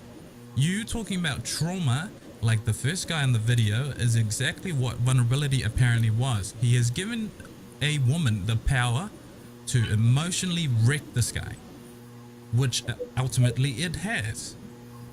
And you keep referring to him that he's such a vulnerable guy. That's exactly my point. Is vulnerability being myself, or is it revealing to you exactly what it is that hurts me and how you can hurt me, and then leaving you to decide whether you will do it or not? Is this, you said this is for video number? Number one. The first Number guy. You all made the comment that Oh that's yeah, the vulnerability. first guy, yeah. The guy who was Yeah. crying because his girlfriend left him. Like, Yeah. I But agree with you on what vulnerability means. Like, I agree with that. I'm just saying, like, I want you to be that with me. Like, I want you to let me know, okay, hey, this is what I've been through. Like, this is what's going on with me. Like, I want to know that. I think that that's okay. I'm not asking you to soak in it and to dwell on it and to, oh my God, cry about it. No, but kind of Then let your walls I down have a a little different bit. definition for that. That's effective communication. Telling you what it is that's happened So to just me and communicate what are the then. I want you triggers. to communicate. Yeah. That's all I want. That's I just want exactly you my to point. You communicate don't. and be open. You ladies do not want a vulnerable guy, because he will sit there and he will be vulnerable to days come. If the guy hasn't made his values or created his values prior to the relationship, he will not do it in the relationship. So this whole thing about be vulnerable to me, but you have a time frame to work yourself out, that's not gonna happen. He will become dependable in the relationship if he was dependable prior to the relationship. If you allow Most it. guys will not build values in a relationship. They have to find that themselves. so basically, I made the right choice. Like, I'm gonna have my house. In regards to, Cheers, like. yeah, it sounds like it, and well done to you. Oh. But that's what I mean when I argue the point. Do you want the vulnerable guy, or do you want the good guy? Because the good guy is the one that will come to you and say, hey, here are my values. Here's what I'm going to bring to the table. But here are the shit that are going to hurt me or trigger me in certain points. Don't use it. If you use it, I'll try to be understandable. But if you keep pushing my buttons, I am going to walk away. But I will That's a say, good I guy. don't like how you keep Yes. saying that a Me vulnerable neither. guy is not a good guy. Like, I don't. You guy is just going proved to it with effectively 10 communicate years. with you, and he's going to like share these things with you, and he's going to tell you his triggers, and he's going to tell you all this stuff. But that doesn't mean that the vulnerable guy is not a good guy. It just means that he's not going to be the alpha male that women want. Facts. You He's just going to be a proved it beta. with 10 years of Yeah, he's relationship going to be a that you beta just got male. yourself You're going to out have of. to He'll be a wear beta the male. relationship. That doesn't mean But he's that not a doesn't- good guy. It just means he's not Right. going to be a like I walk into the room and I own the room, and this is my woman, and I'm gonna like that. You're just gonna have like this little puppy by your side. You're gonna be like, come on, Right. honey, let's go. So would that make an effective relationship and a happy one for you ladies? That's the whole point of this discussion, is what makes you happy and what kind of man will you want to be with you for every day of the rest of your life? That's the whole point. And the guy that we want to talk about is the guy that you want to wake up every morning to and go to sleep every night until the kingdom come, or whatever you want to put it. That's exactly the point. We can talk about the beta male, they're good guys. Yes, they're probably decent human beings with great personalities. But when it comes to relationship, they are terrible. They will make your life harder than it should be. And that's not what relationships are. I do too. I disagree. I think the beta male is going to make it hard for an alpha woman, for a Right. woman who's self-motivated, who's independent, who's got instinctively her shit become together, who's alpha. got her career in place. He is not going to be bad for a woman who's very introverted, who's very like dependent on other people. Like, you've got to know somebody's personality. I could not be with a beta male. I know Hands down. personalities, yeah. But I know a lot of women who need that beta male because they're not a very like they just want to be a stay-at-home mom, maybe, or maybe they need that comfort of that. Like, yeah. I will paraphrase a couple of studies that I will paraphrase a couple of studies that I've done in relationship, as it was part of my job as a project manager. In a relationship dynamic between a man and a woman, when the man becomes the beta man, the woman instinctively will become alpha as a byproduct of that. Go and have a look at any stay-at-home relationship or couple who the woman is the sole provider. Go and have a conversation with that woman. The woman will ultimately, as a byproduct of that relationship dynamic, will become the alpha. And she will have elevated testosterone, which in your body as females will reduce your estrogen levels. That is why when we talk about beta male, and those dynamics will work, but it will work in the sense of, there are studies that it will work, but it'll work in the sense where the man has to find a hobby that realigns him back in his masculinity, so things that he can fix. And in turn, he has to provide a feminine environment at home for the woman so that she can return back to who she is as a female. That's the only way those relationships will work. But in saying that, it's not a sustainable and a long-term solution. Why? Because the woman is working against her biology. And you get to decide when you leave. It's proven by statistic, 80% of the divorce rate are initiated by women. That is what's happening. Okay, so when we talk about relationship and men being good, strong men, that's what we talk about. And you proved your point with the beta man you were with, as you described them to be. You are not with him. That's good. That's not what we are wanting to advertise or talk about. Why? Because it's not forming any meaningful relationship. I see Ladies, a lot of comments in here asking about like alpha women, like what the fuck, and there's no alpha. Yes, Yeah, there is. sure. There's a lot of alpha women, and it's just like Shenequa said earlier. It's because we have to. We have to. We live in a world right now. I pay for my own house. I have my own job. I pay for my own car. I don't have a man in my life paying for shit, which means when people come into my life, like, yes, there is 100% alpha women. That doesn't mean, and this is where I get really heated, that doesn't mean we want to be. It means we have to be. That's what I'm trying to say. Like, we're not given a choice. Just because I can do it and just because I do it doesn't mean I fucking want to do it, but I have to do it. I have to do it. I've got nobody else in my life to help me with it. Exactly. And even when that man comes into my life, it's going to be a partnership. We are going to have that conversation, whether I stay at home, whether we keep working, whether he stays at home. We're going to have that conversation as a family and as a relationship. But yes, there are alpha women because we have to be. So all of you in the comments, you lock it up. Cap. And like, I don't understand how people can say that, because women are literally building empires. Like, and bro, men are right. like we are on top without men. So stop it. Okay. Not saying we don't want y'all, because we do, but no, we do want you. You're just unavailable. Exactly. No worries. Thank you. We're gonna move on to the next topic. Thank you so much, ladies, for I know that topic was gonna be hot. I hope it made sense. The whole vulnerability and effective communication.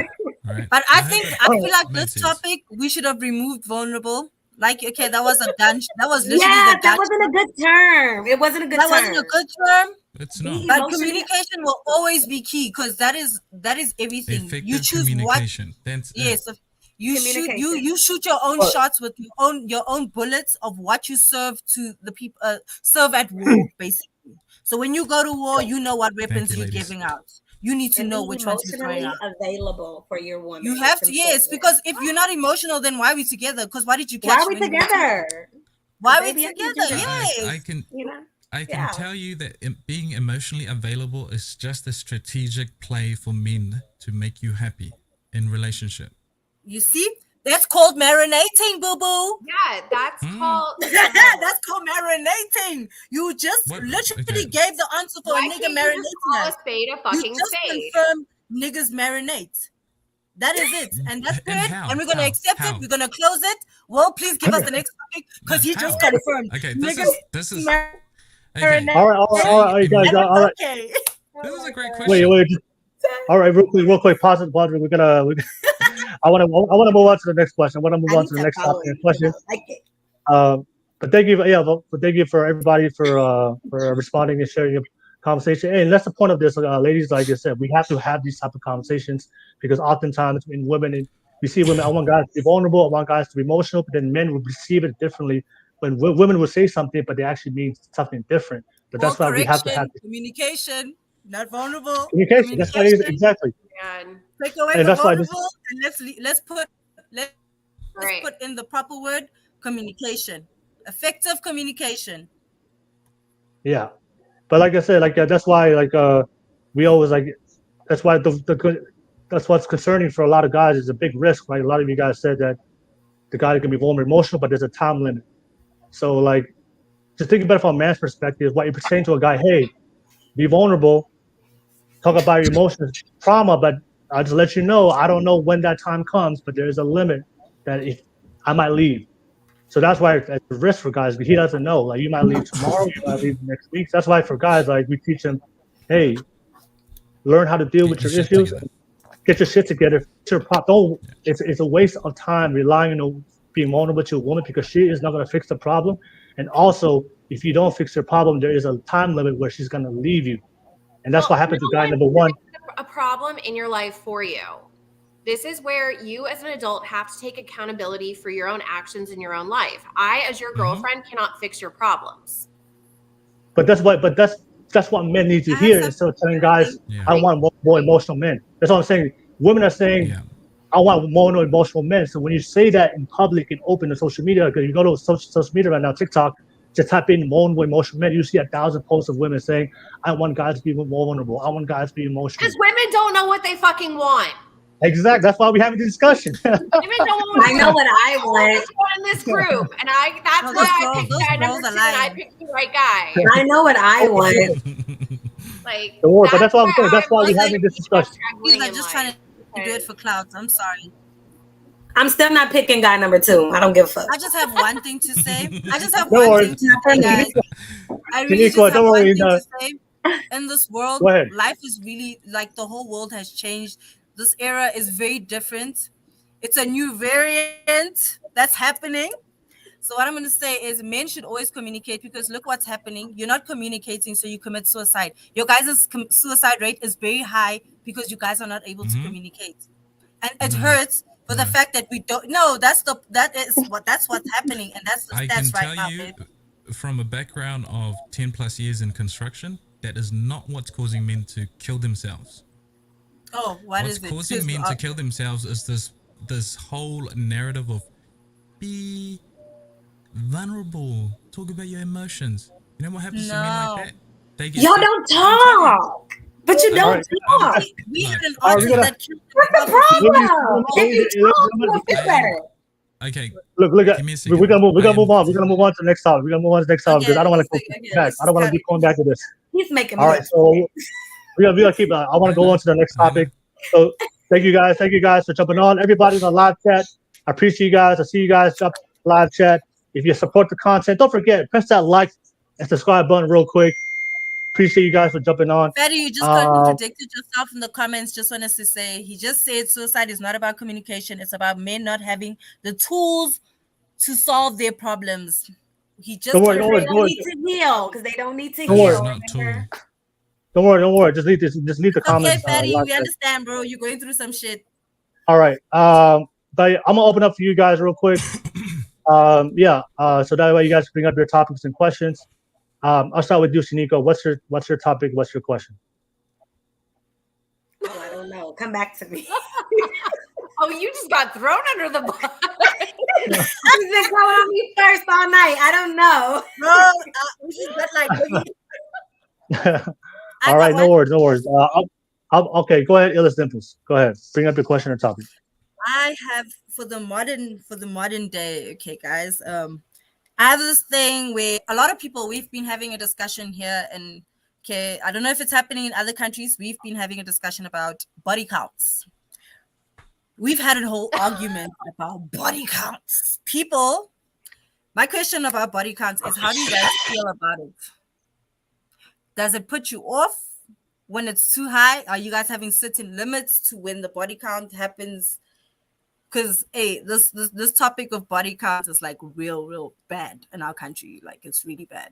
Apparently, if you hit a certain number, you called an it girl.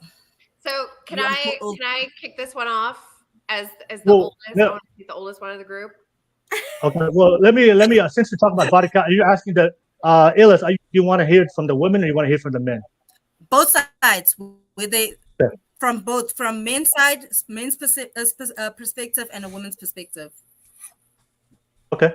Let me hear from Daniela, the men's perspective. Then I'll pass it on to you, ladies. So, Daniela, what do you think about how men perceive body count?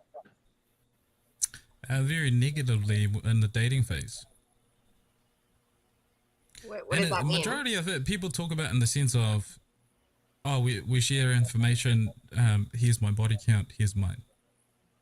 The way that a woman moves and acts when she's promiscuous is very different from a woman who hasn't. And the way that a woman who has high body count acts is very off-putting to men. It is a biological marker for nurturing. Because a promiscuous woman will look at you as a sex exercise rather than a long-term relationship. And that's a risk for us. When we look for long-term relationship, that's a risk for us. You can get pregnant. We can't control that. As much as we'd like to plan it, we can't control that. When you get pregnant, the risk skyrockets. So when we talk about body count, there's a big risk for a man who's looking for long-term relationship. Why? There's more risk for him to be left in the dust. There's more risk for children to be involved and be left and divorced. And even the statistic is counting for that.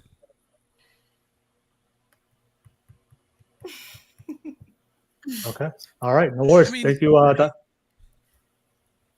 add on, Daniela? Tell me how a lady moves and acts when she has a high body count compared to a woman who's very, very conservative of who she is as a woman and her sexuality. And here's a better question. Who has to be better at sex out of a relationship, the man or the woman? No I one. would say the man. Yes. No. The man. Why do you It works think both that? ways. I feel like why? Shannon, Yeah. you're Okay. muted, by That's the a way. good question. Why? Why do you think that? Yeah. Would you not like a good, happy sex life in a relationship? As a We woman? all would. We all would. Yeah. But as a man, you guys still do the thing of complaining where like, oh, she's lazy. So then what do you want? Who are you What was your listening question to? again? What did you ask? We were asking about body count. No, him. Okay, and like Why does it matter? oh, Yeah. Why does it matter? In a relationship, you which said, is more who needs important to to be be good better at sex? sexually? Which is more important to be good at sex, the woman or the man? How is a Both of woman them. supposed to be good at sex if she can't have sex?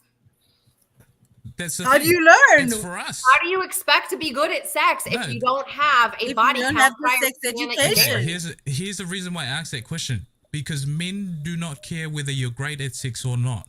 We can That's put a our lie. penis in That's you a and cap. come in 20 seconds. That's why. But the reason why sex goes Well, longer that's a is so cap. that You we need to can put that pleasure you. cap I don't clip like to come that. up now. I don't So like if it. I don't like if a it. guy, That's okay, no. okay, all right. So if a guy has sex for you just so he can bust a nut, would you want that as a guy to be in a relationship with for the rest of your life? No. No. Exactly my No. point. A that man doesn't will do put his your- penis you're inside a going, woman. babe. What about and- me? Okay, you and I are about to get into a really big conversation. Oh, because That's basically fine. You're That's touching on just the physicality of biology to create a baby versus actually having sex. A man does not Okay, want to just let's go. have sex for 20 seconds to bust his nut. A man gets pleasure from having sex as well. And Yes, I part know of that pleasure he gets from having sex is pleasuring a woman. Exactly my point. Oh, exactly. You're your proving my point. point. That's why the man has to be somewhat decent at sex, whereas And a woman can be. It doesn't So matter for the a man man. can have a Telling high you, body like, you count, just but don't have the a woman cork can't. play there. Sorry. Shenequa, you go first.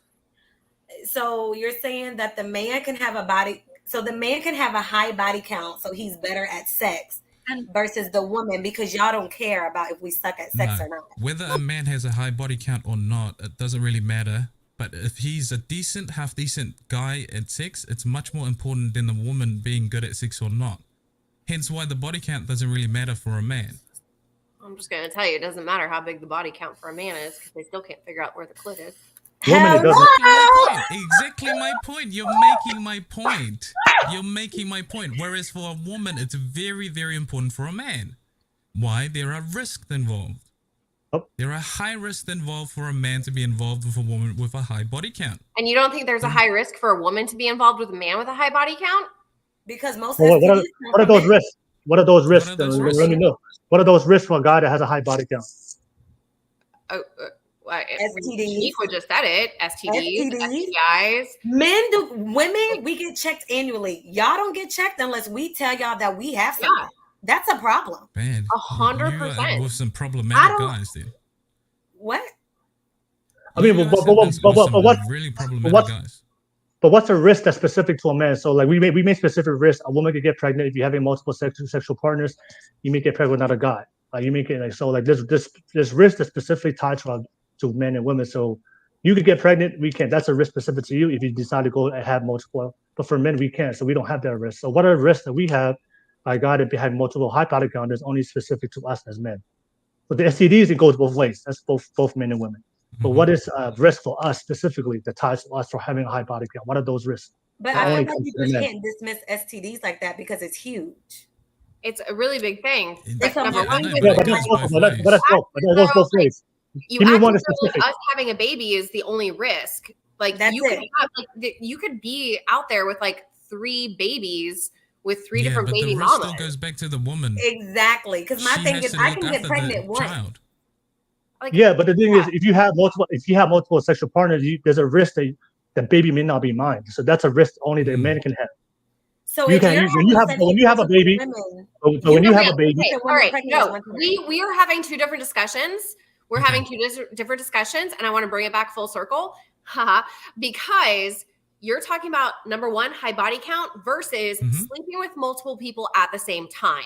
2 different things. That's body count. You're sleeping with multiple women to raise your body count, like multiple sexual partners, right? That's high body count.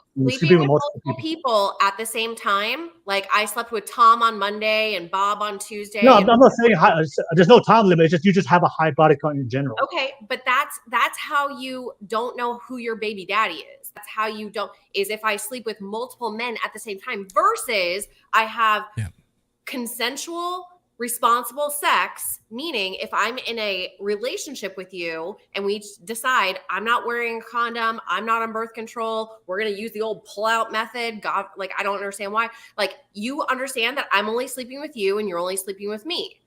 As a woman who's 40 years old, who's been single since, technically I've been single. I've never been married. I've been in long-term relationships. In those long-term relationships, I've only been having sex with that one person.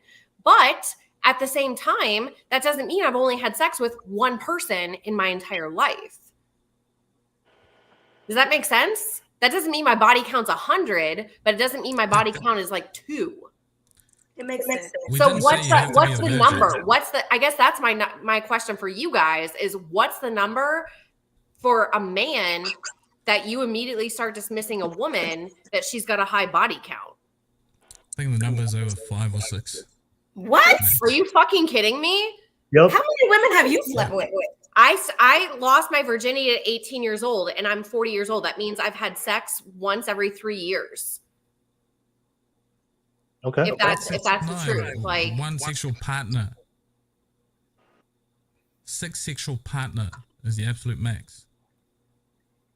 What people? There's a did I miss? Yeah. Well, ladies, this is why I'm single. Cheers. Okay. Me too. Sorry.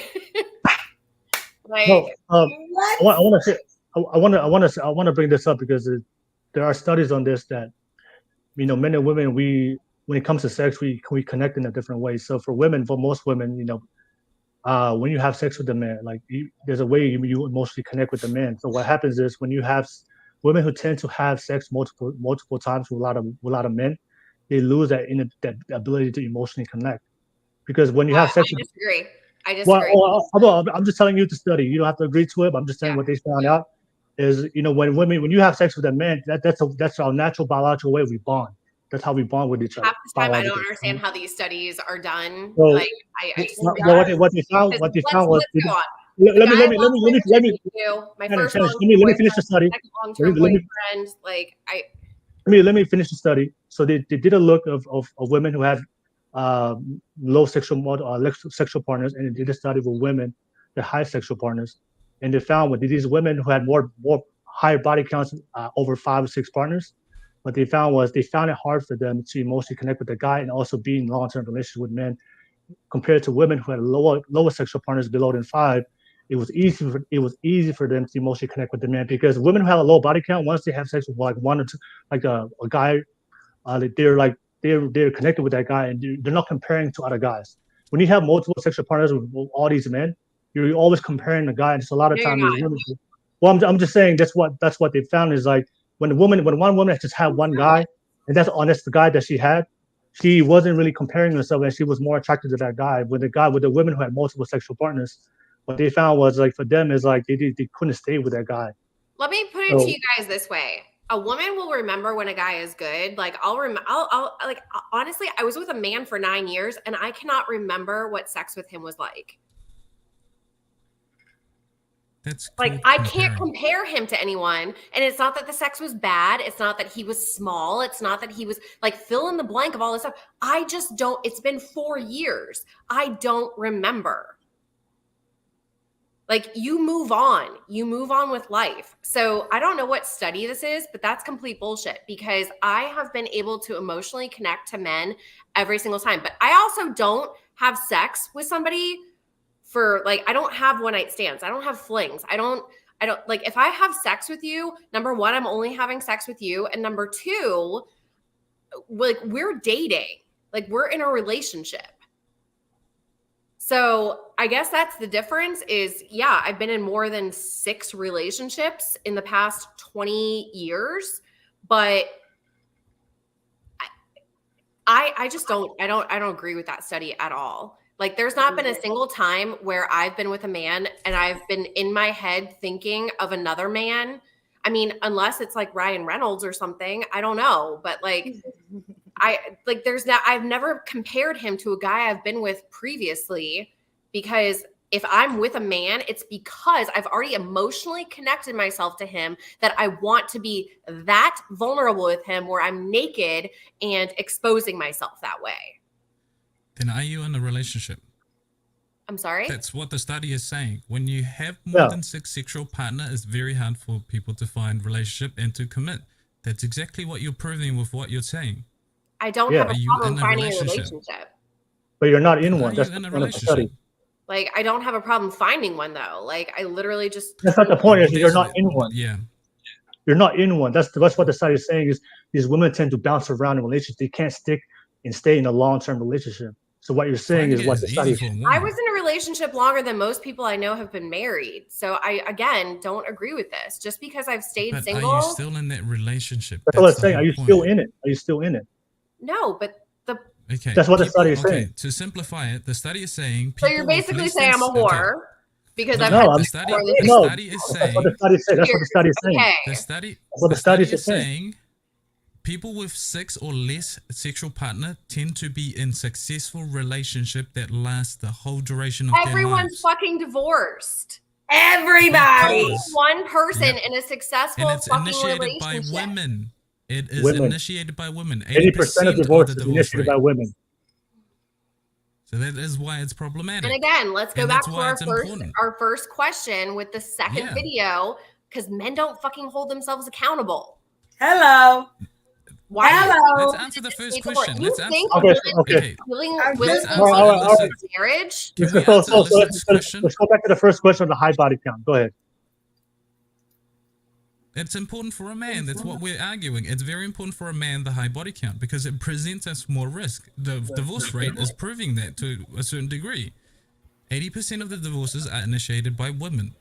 I can't. So there is a more likelihood of us being in a long-term relationship, marriage and children with someone who has less body count. No, that's not why. You guys stay because you guys are okay with being uncomfortable and like not being happy. Men will stick it out even if it's not the woman that they know is not for them. Women, we wake the fuck up and we realize we deserve better and need better and we get the fuck out of there. That's what that is. Yeah, we will leave. Like if we're not happy, it's not even that. It's called musical chairs. A man gets to a point in his life where it's like the musical chairs have been going, and all of his friends are doing the same thing, and all of a sudden he's like, "Oh, I'm ready to get married now." So it's like he could have been with the perfect woman for the past 5 years, and she left because she was tired of putting up with his bullshit. And then all of a sudden that's why it's like, why is it I break up with the guy and then 4 months later he's engaged to somebody else? It's because that musical chair bit went on. He was like, oh, well, she's really nice. I'm probably not going to do much better. Boom. I'm going to pick this one. Yeah. Because that's how guys pick. We are strategic. Our prerogative for relationship is not predicated on love and love alone. You women prefer it to be full of happiness and love. Men don't. We can be in a relationship where we are not loved, but we are respected as men of the house, and we'll stay. That's the whole difference. You want to feel loved rather than you. How are you married? Right. I can't with this guy. Are you alpha or beta at this point? Like, how the fuck are you married? We need to get your wife on here. I need to meet. For the exact same reason that you are not. Oh my God! Because I chose what marriage is. I'm so fine being single. Like, I chose to be happy. What? I just said women preferred love and happiness, whereas us men preferred respect. Didn't say anything about the women. I'm not saying you don't want love or happiness. As we say here in the South, bless your heart. Right. See, you know what? I guess I'll be single for the rest of my life then.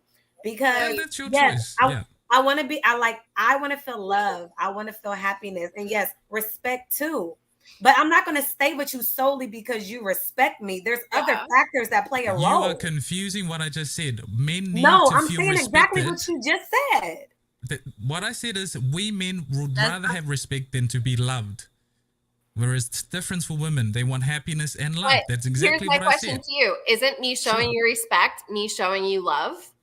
Because that's your love language. So again, you just contradicted yourself. Sorry, repeat that again.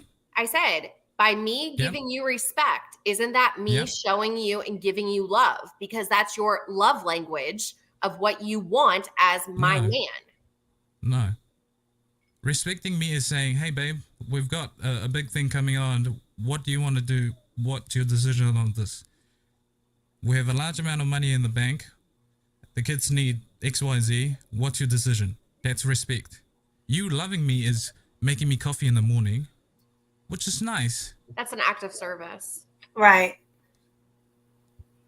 In what sense? You have to love someone to make them coffee in the morning. No. Hell no, you don't. No, hell no, I don't. That's an I can go to work and make my coworkers coffee. Don't mean I love them. Exactly. Act of kindness. Talk about relationship. Talk about relationships here, not. Have you ever cooked a home cooked meal for your man and he absolutely loved it, regardless of whether it tastes good or bad? Have you guys ever got up in the morning and just made your man some coffee? And just made your man some breakfast? I'm just listening to him talk at this point because this is his show. He does not like. Yeah, this is his show. So I'm just listening now. What are the points that you disagree with, and let's discuss that. What you don't want to discuss them, that's the problem. Which are what? What were they? You know, I'll listen. I won't talk. So you would stay in a. I'm just trying to understand you. So you would stay in a marriage where you're not really necessarily happy, but you're respected. Yes. Place. And why again? Because I need respect to know that people are respecting me rather than loving me. I have better influence with me being respected than you loving me.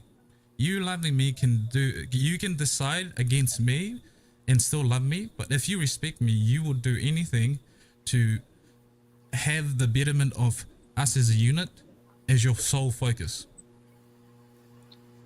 My kids can love me and still go commit a crime, But if my kids respected me, they will do as I say and do and carry on the values that I have as a man. My wife can love me and still go and do whatever that she does. But if she respects me, when she goes out into public and be around other people, she will do and act according to what the relationship is and what the values that relationship is built upon. That is respect. I would rather have that than to have love. And I don't predicate my metric for measurement when relationship and happiness. I don't pursue happiness. It's a byproduct of me fulfilling my responsibility as a man, as a husband, as a father. Me getting up every morning, going to do my job, working 9 to 5, 7 to 4, 7 to 5, whatever. The byproduct of that is that I get to see my kids growing up and being sheltered and being loved by a woman that is fully in her femininity and is respecting me as a man. But if she loves you, she's going to respect you. I don't care whether she loves me or not. If she respects me, that's what is more important to me. I need to be loved. I'm sorry. I didn't say women don't need love. That's not what I'm saying. I'm saying as a man, it is much more important for me to be respected than to be loved. Where it is different for you ladies. You'd rather be loved than to find happiness in the relationship. You have to be happy and whatnot. Mm-hmm. So basically That's you're the saying that we would rather just be loved but not respected in our relationships. What? That's not what I'm saying. So what are you saying? Like, that's where I'm confused. Like, you want to be respected over love, Mhm. but then you just said that women want to be loved. I said Which prefer basically to be means that we don't loved want to and be to find respected? happiness. Do you want respect or do you want love and happiness? I can't have All three?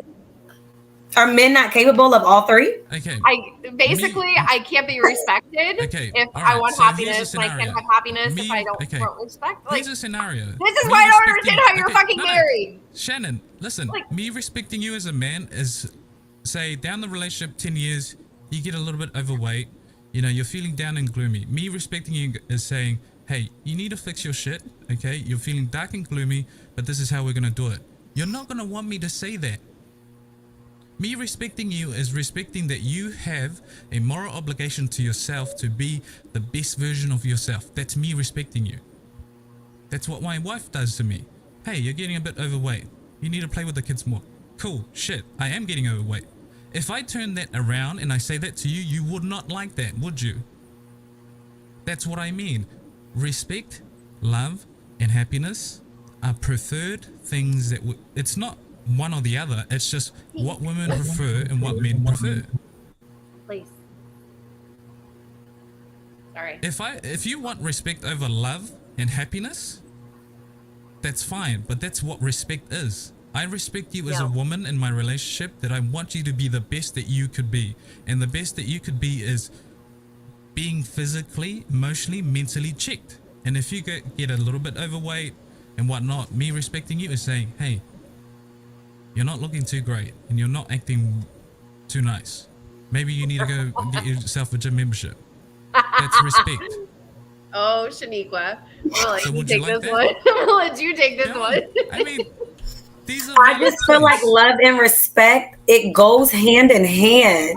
If you don't love me, you don't respect me. If you don't respect me, you don't love me. Why do I have to choose between love and respect? I'm your wife. You should give it to me off the rip. You should respect me. You should love me. You should want If to I see me respect happy, you, but I vice would brutally versa. be honest with you. Say it Right? again. If I respect you, I will brutally be honest with you, but we sacrifice honesty have in kids? some instances so that you are loved and you are happy. Do you have kids? I do. I have 2 beautiful kids, Fantastic. How old are they? 9 and 4. All right, 9 and 4. One daughter So, and 1 son. fantastic. So after you Cool. had your first child, Mm-hmm. how quickly did you turn to your wife and tell her that her body's not back to what it was prior to her first pregnancy? I didn't, because I loved her and Oh, I wanted because to you be loved happy. her. Because you love her. If I respected her, I would have been Yes, women honest and prefer said, that. hey, yeah. So you prefer love and happiness. That's exactly my point. That's No. not the point. That's You loved her, but my question is, were you disgusted by her? No, why would I be? Were you turned off at the fact that her body just didn't bounce back overnight? No, why would I be? I never said anything in that sense. I'm asking a simple question. Because you literally just turned it all physical, saying like, honey, if you gain a couple pounds, like I'm gonna hold you accountable. That's what respect and honesty is about. Yes? Holding people accountable in that sense? Yeah. But that's not what women want, do you? You don't want me to be brutally honest about your body. No, I do. I do. This is a thing. Sometimes it's not even what you say, it's how you say it. But you as my husband, but like you as my husband, if like say it the way that you feel loved and feel happy. If I respect you, I would not cut around the corner. I would not sugarcoat it. I will be honest as a man would be.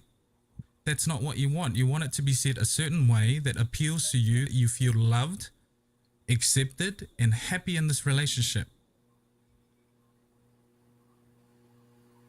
Oh, I think Fatty made a great point right here. A man can love you and cheat on you. A man that respects you will not cheat on you. You want love or respect. I mean, that's a good point right there.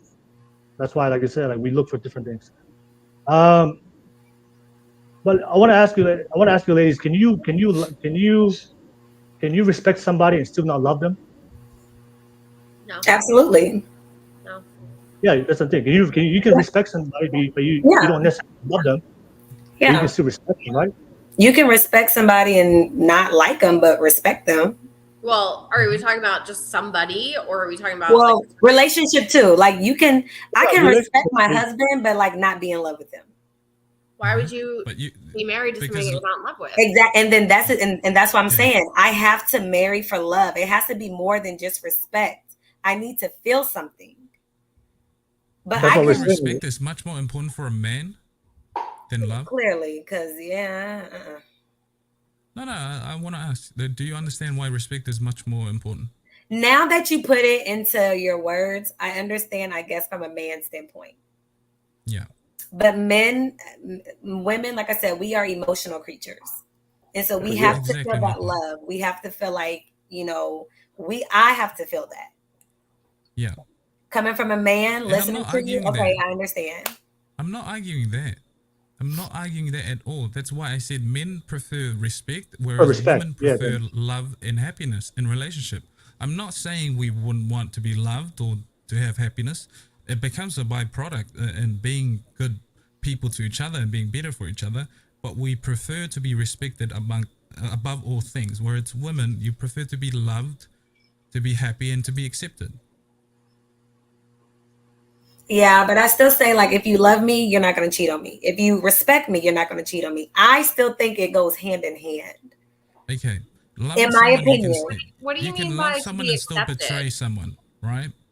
But if you respect me, if you were to make a decision that is to the betterment of me, and you respect me, you would decide what's best.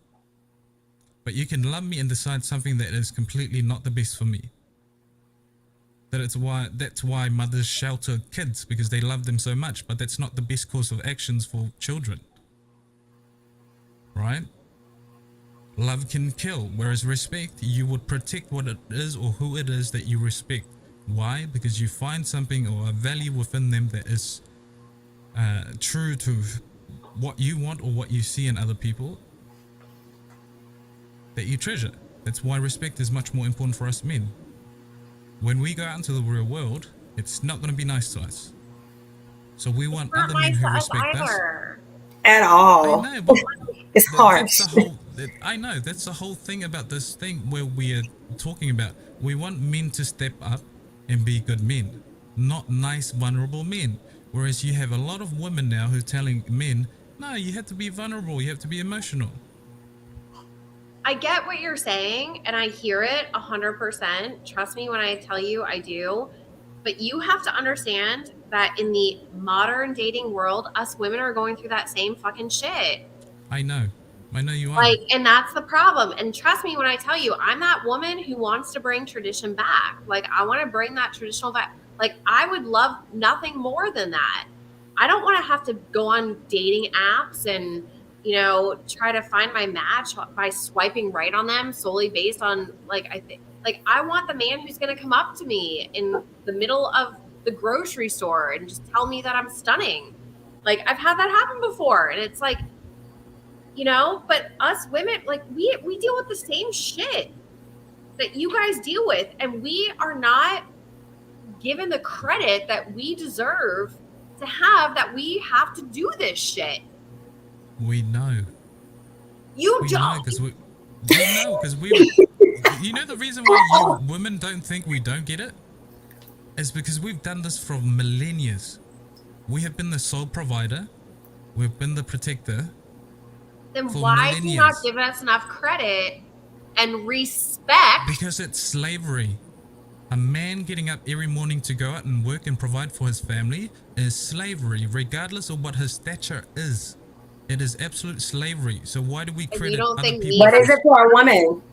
You don't Slavery think Do you too? want me to yeah, credit you for 6 slavery? a.m. Monday through Friday is slavery to me? So do you want me to credit you for being a slave? Is that what you want me to Do say? you want me to credit you for being a slave? No.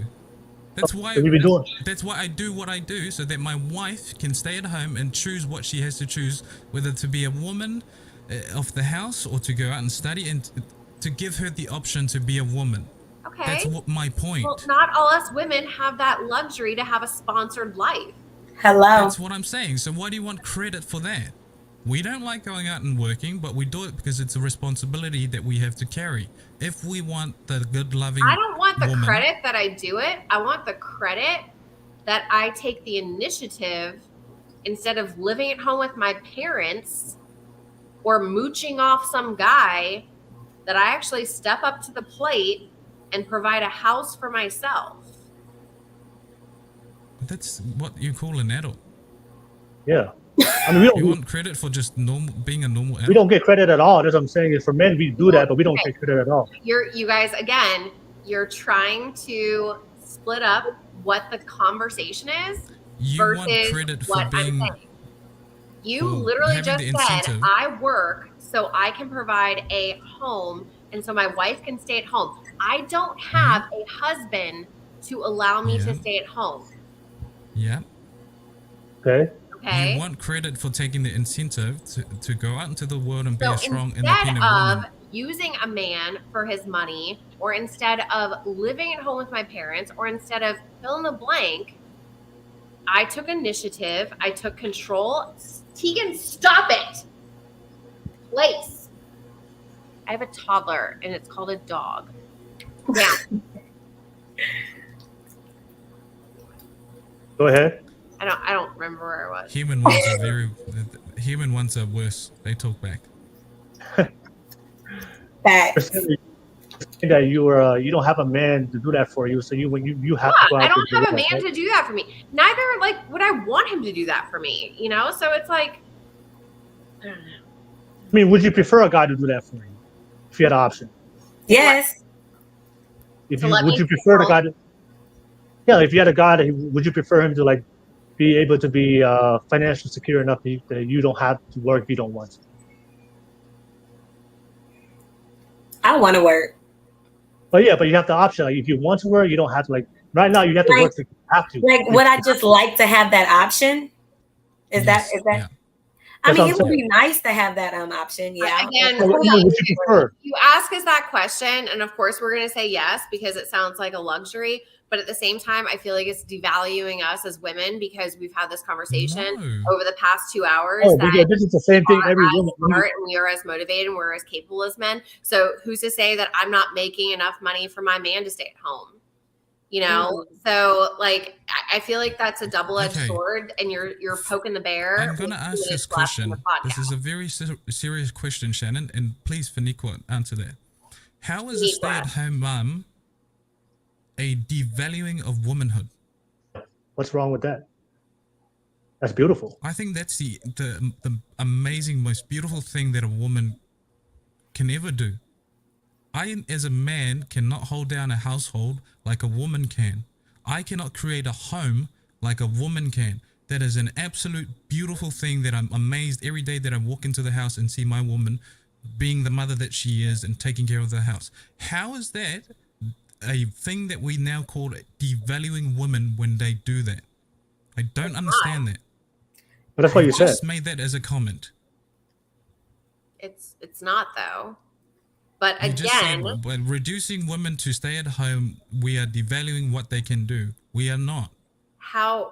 who said that? That's your comment. You've just That was made your that comment. about 5 I, minutes told, ago. I asked you if the guy could be financially independent enough if we have that option, but you're like, well, why? That's like devaluing my independence as a woman right now. No. Again, you guys are twisting, and like we need to go back to the recording. That's not what I said at all. I said we are devaluing the fact that a woman can do the same thing for a man in this day and age. And so that's taking away from the capability of what a woman can do. That's not me saying, so don't put words in my mouth. That's not me saying that it's taking away from the patronage of a woman staying at home at all. So you would prefer, so when you say that a woman can do that for a man, are you saying that you would prefer to be the financial supporter for the man? Fuck no. Right. So what do you mean? So what do you mean by that? What do you mean by Yeah, that? so what do you mean? What do I mean by what? You just said You that I said can that- do. yeah. That's what you said. I'm saying stop taking away that the fact that only a man can be the sole breadwinner of a household and a woman can't in But this you day and don't age that prefer we're it anyway. talking They about don't the prefer modern, it. we're not talking about 50 years ago. We're talking about the modern No. dating era. So You listen just to said what you but- prefer but- to have a stop man. interrupting me. And Go ahead. listen to Go what ahead. I'm saying. In the modern dating era, I think we need to both show like you guys are all flustered and now I don't know what to say. Where to We God? can be equal. Like exactly. If we're talking about the modern dating world, okay, you need to be able to accept the fact that a man can provide for his family just as a woman can provide for her family. And Like- maybe better. And maybe We're not better. arguing I for have that. so many friends where the wife is an attorney and the husband is an elementary school teacher. Who do you think is the main breadwinner in that situation? And who do you think still expects the woman to come home and do all the woman like wife responsibilities and the mom? Like she's still expected to get home and cook dinner and get the kids' lunches together and get the kids ready for bed while he's all over here getting off work at 3 p.m. and she still has to get on her fucking laptop at midnight. So that's what I'm saying in the world of working. Okay. Like a woman can equally be the breadwinner the same way a man can. That's not to say that I'm taking away from the heritage or, the recognition that you can have a well-rounded household with the wife staying at home or a woman staying at home or your spouse, whatever it might be, whatever your partnership is in this day and age, whatever that might be. Because I can say this, I was married and I was a stay-at-home mom and I hated it. I absolutely hated it. For me, I think staying at home is harder than actually getting up and going to work, in my opinion. I didn't like it. It doesn't stop. Right. Like your job is continuous. Even when their dad got home, they didn't want daddy. They still wanted mommy. I needed a break. So I don't think staying at home devalued. I feel like stay-at-home moms need a paycheck. It's hard. But I also feel like in this day and age, women who are not given a choice, we have to be the breadwinner. We have to be the mom. We have to be the dad. We have to get up and go to work our 80 hours every 2 weeks or maybe more. We still have to come home and be a mom, sick, tired, frustrated, sad, happy. It doesn't stop. So would the option be nice? Of course. But am I going to take you up on it? No, I want to be my own boss. Like I want to make my own money, because if you leave me in 2 years, what am I left with? I want to know that I can make it for myself. And I feel like what men have created for women, like y'all put us in a situation where we have to make sure we're okay. We can't depend on you to be stay-at-home moms anymore. And that's why women aren't. Well, let's be honest too. It's very hard to have a single, I mean, clearly, my friend over here, you're very blessed. You're very blessed. But I mean, I don't know how it is in other parts of the world right now. Here in the States, very hard to have a single income household. It's extra, like to have a quality of living, very hard. Like, I don't know a single couple. I don't know a single couple out there where I'm making $100,000 a year, he's making $100,000 a year, and we come together. I'm like, oh, I just want to be a stay-at-home wife, and also we can just go down to $100,000 a year, like income for two of us now. I mean, introduce me to that. Clearly, you're very blessed that you can do that. Who? You. No. Having the stay-at-home wife with two kids. This is 10 years of hard work that I have to go through. So congratulate again. It's not blessed. Clearly, you're very blessed. Okay, it's not blessed, it's hard work. And the reason for the hard work you're is very blessed.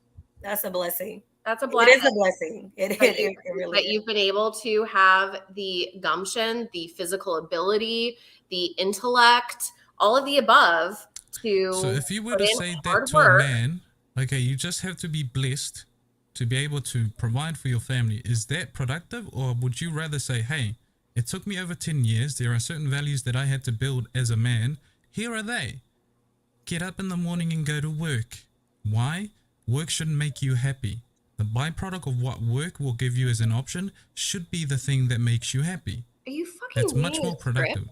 I feel like he's reading a script. Do you? But I feel like you're saying because that's hard work. There are men who work really hard, but they still can't afford to have their wives stay at home. It has to be another income in the household. That's what I mean. So when you work hard, it's not just working hard. And when I speak to a lot of men that I counsel through being a construction project manager, working hard is not the only thing that you have to do. You have to be really smart about how you delegate your time. If you're between the ages of 18 and 25, you should be an absolute slave to work up work ethic. 25 to 30, you should learn some better skills. Aim for management. By 30 to 40, you should not be doing labor work at all. You should be aiming to sit in an office, work management role. Are you reading a script? What? He's are you on Google right now? So like, this is what women react to when the man knows exactly what it is that he wants and what it is that makes other men should be good men. I have dealt with over 100,000 men over the last 7 years. And I speak to them the very same that I speak to you ladies now. What do you have an older mentality? Like, let me tell you something. We're not waiting to 60, 70. I'm 28 years old, okay? And I have been a project manager for roughly around 7 years now. I learned at a very young age what values it is that I have from my father. That is why I speak the way that I speak and speak these points the way that I do. I have seen them in other men and in my own relationships. I'm not sitting here reading a script or telling you porkies. I love that. Super disrespectful. I have two questions for Shannon and Shenequa. You guys are both independent, strong women. You guys can clearly take care of yourselves. Do you prefer your guy to be in the same socioeconomic status as you or higher, or do you prefer to date a guy that's less? Like, what do you prefer? Do you want a guy in the same socioeconomic status as you or higher, or do you prefer guys that's less? Like, what do you prefer? Higher. Higher, okay. How about you, Shenequa? Higher. Like, I should not, like, the fact that I have to work as hard as I fucking work is bullshit. All right, okay. So you want a guy that's higher? What about you, Shenequa? He can be equal or higher. I'm okay with that. Oh, higher. And I feel like I only say that because I'm nowhere near where I know I'm going to be. Mm-hmm. So I don't expect him to just come full blast. I don't. Okay. I want to ask you a question. Shenequa, that's where you do. That's called manifestation. Right. So, and then Shannon is older than me. Like, I'm 31. And so I feel like, Shannon, you have a right to feel like that because you're established. Like, bro, you're there, your career. So I get it from your standpoint. I'm still working. It doesn't matter. That's my big sister advice to you. Like, if you know where you're going to be in the next 10 years, like manifest the shit out of that to attract the same guy and that same energy that you are going to want to be right. But Am I taking care of a guy? Hell no, because I don't expect no guy to take care of me. I got me. Well, No I feel worries. like you get to a point when you're a couple, you're taking care of each other. Right. You So know, you can it's be equal like to me or better, but you I gotta literally I'm to the point where I want him to make $1 more a year always than me. Like I just have that mentality of like I want my man to be my man. And Okay. I don't ever want to feel the way I felt again, like that I'm the breadwinner. Yeah. Like I want to know that I'm contributing, whether it's I'm a stay-at-home wife and mom and you know, and I'm taking care of the household and we have that discussion, we have that like agreement, like this is what my role is and this is what I'm doing, or we're both like working our asses off and hustling and doing our thing. Like, but I still I can never feel the way I felt again of being the breadwinner, because to me that just I did not feel like I was with a man. I felt like I was with like a boy with training wheels. And I was just like, so to me, it's like if I'm making $100,000 a year, I need him to make $100,001. Okay. All right. No worries. All right. So I want to test your understanding of men real quick. So you said equal or higher, and of course Shannon said you want higher. This is a question I want to ask you. Do you think that those men who are in that position of higher socioeconomic status, do you think they're looking for women that's in the same level as them? No. Wait, say that. What was the question again? So the men who are in the higher socioeconomic status that you want, right? The guy that's higher than you, right? Do you think that those men are looking for women like you that's similar or higher? No. No. I also agree with that. I don't feel like men, in my opinion, I don't feel like you guys care about a woman's finances. I don't think you're looking for her to make 6 figures a year. I think women are more prone to that. Like we want that, not necessarily me, but you know, men, I think you guys look for other things. The reason why I brought that up is like, I know you guys are most independent and strong, but there's a lot of women out there who prefer to be housewives and they like to depend on a man. And those men who are in those positions to take care of her, that's the things that we look for. One of the challenges that for a lot of women who are strong and independent, the higher you go, the smaller your dating pool that you're looking for, because the small minority of men that's in your level, only a small minority. But the thing is, the challenge that you guys have to face as you go higher in life, the type of men that you want, those men are not necessarily looking for you. They're looking for the woman that's willing to be in that more feminine and raising the kids role. So I think there's a fine line between that man looking for the woman who's looking for that feminine side of it versus the man who's looking for a woman he can manipulate. That, yeah. Like the more money a man makes, the more he feels that he can manipulate a woman, especially the younger the woman is. So when you look at me and you're like, okay, you're 40. If I only made, say, like $30,000 a year right now, a man who's making $500,000 a year is still not going to find me as attractive as a woman who's 24 making the same amount of money as me. Even though I've got more life experience, I've got better conversation, I've got more personality, I know who I am as a person. Like, it doesn't matter. All those things out the window. A 24-year-old, you can manipulate. A 40-year-old, fuck no. Right. So that woman that your friend that you said was a lawyer that was married to the school teacher, is she manipulated? Is she manipulated? She makes more than the school teacher. Is she manipulated? Yeah, because she's the one that makes. Because she's Yeah, because she makes more money than the guy. Manipulated when she's the breadwinner. Because you're saying the guys that make more money, they want girls that don't make money because they want to manipulate her. So is that the same case for women? If they make more money, they want a guy that doesn't make the same amount of money. She wants a guy that she can manipulate. I don't think that's what she was saying. You're saying that she's manipulating him. Yeah. No, because to your point earlier, women marry for love. So what are we saying about manipulation? Why did you bring that up? Yeah. I mean, that's generally why an older man is, or not necessarily even an older man, but a man who makes more money, he's got a cockiness to him, and therefore he will find somebody he can prey upon to manipulate. That's a far bigger risk for us as men. Men who make money, good money, honest money, It's a far bigger risk for us to manipulate someone and have it backfire on us. Have you ever Financially, that's dated a big man with risk. money? I know men in the multi-million-dollar arena. I So know do them. I. And I deal with them on a And let me tell you, they're basis. dating multiple women. Yeah, because that's Right. option. That's not manipulation. That's their option. They get options. How do you confuse that as manipulation? Because they choose women that they can manipulate. In what sense? That's- Are So all these those women, being all those forced? women are attracted to him. He's manipulating all those women that's coming to him, or those women just choosing him because he has money. Very This topic attractive. is so scary, guys. I'm very Scary. So it's like we all know this. When women are attracted to a man's socioeconomic status. Like they want guys that can be able to provide security. So when a guy Not all that of has, us. that's when the guy has a higher socioeconomic status, a lot of women are attracted to that. So that guy is going to have options. Those guys in those positions are just exercising the options they get because they have afforded that lifestyle.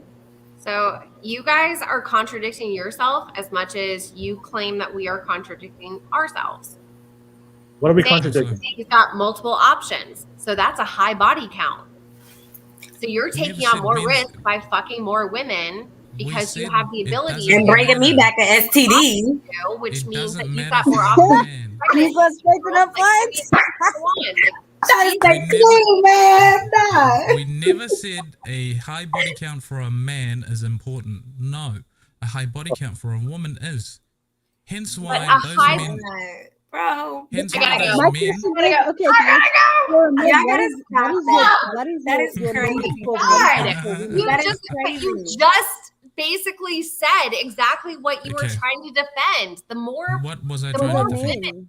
the more women a man sleeps with, so he could sleep with 100 fucking women. Great, fantastic. He's a stud. He's not a whore like I would be, but Yeah. He's a you walking have STD. now a 100% probability that he's got 100 women pregnant. And now you're paying child support for 100 fucking That would kids. be What do I But get? he's 100 women. he's got the money though. He's got the money. So who's the biggest risk with? He's Not all rich. of them He can have pay the child money, support. The risk is though. still with you. You have the child. You have to look after that child for 18 years. The risk is still with you, I would regardless have of to whether. look after that child for 18 years. Exactly. You'd The go risk on is with still your with you. little jet-setting life, I'm sure. But the No, question like, is, what let's is look the at this limit for a logically, man? right? Let's look at this What logically. is your A man limit who for gets a body woman count? pregnant, who's the risk with? Y'all, my fucking anxiety through the roof right now. He's basically saying that because we have to Body bear count the is an child and issue. carry the child, we bring more of a risk because they don't have to bring the baby home. They can walk away Exactly. and So, be deadbeats. so Exactly. the risk is with you women. So that's why we say, please don't have a high body count. But you You've can have a risked high from- body count But you and get can. herpes, gonorrhea, AIDS, and HIV, and that's not a risk. There's That's my medication health. that we can take. There's medication that we Thank can take. you. Whereas a What? baby, you Yes! cannot get rid of a child, can you? blown away. This is ridiculous. Okay, this is a listen lot to of this capping logically. happening Listen to in this one logically. room, bro. That's crazy. Hey, It's crazy. It's okay, my which is health.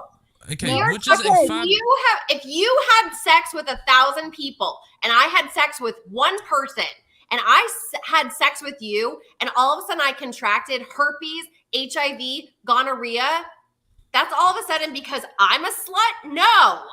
It's Are you because you fucking decided to kidding be me? a I'm whore. about to come through this Okay. fucking computer screen and punch you in Bro, the face. get me pregnant and keep me All right. clean. Don't bring me that nasty shit.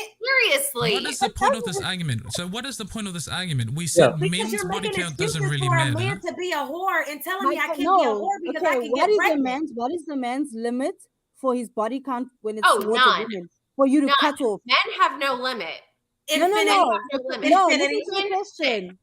Listen to the question for the men. Yeah. What is your limit when it comes to a woman and she tells you her body count? When is it your cutoff? 6. You know, we don't.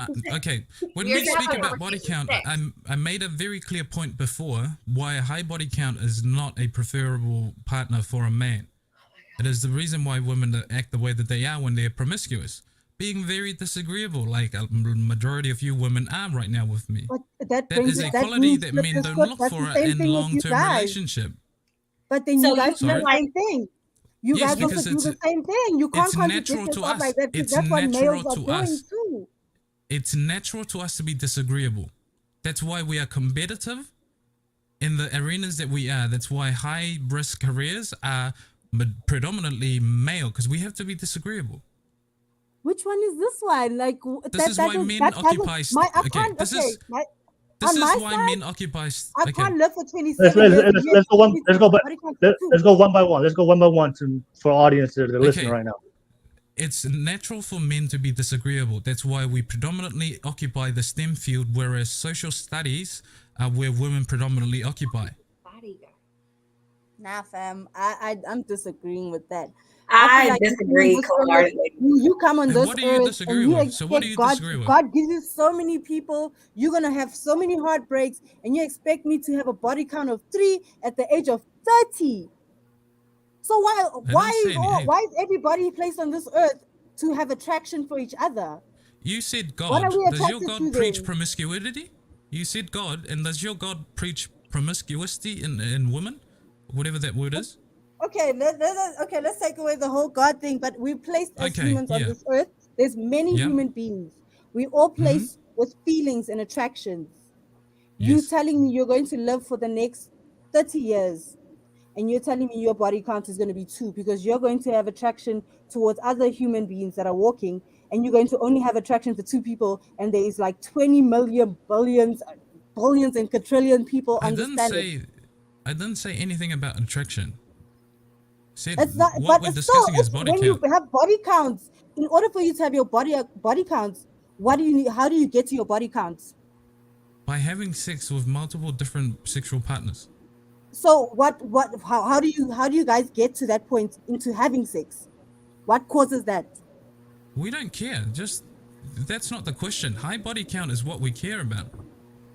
So you think a woman with a high body count is not capable of having a long-term relationship or marriage?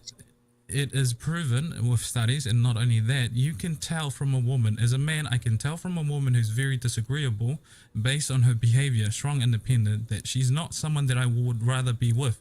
And predominantly those women are also very promiscuous. So if she's strong and independent, she's a promiscuous woman? More likely. What?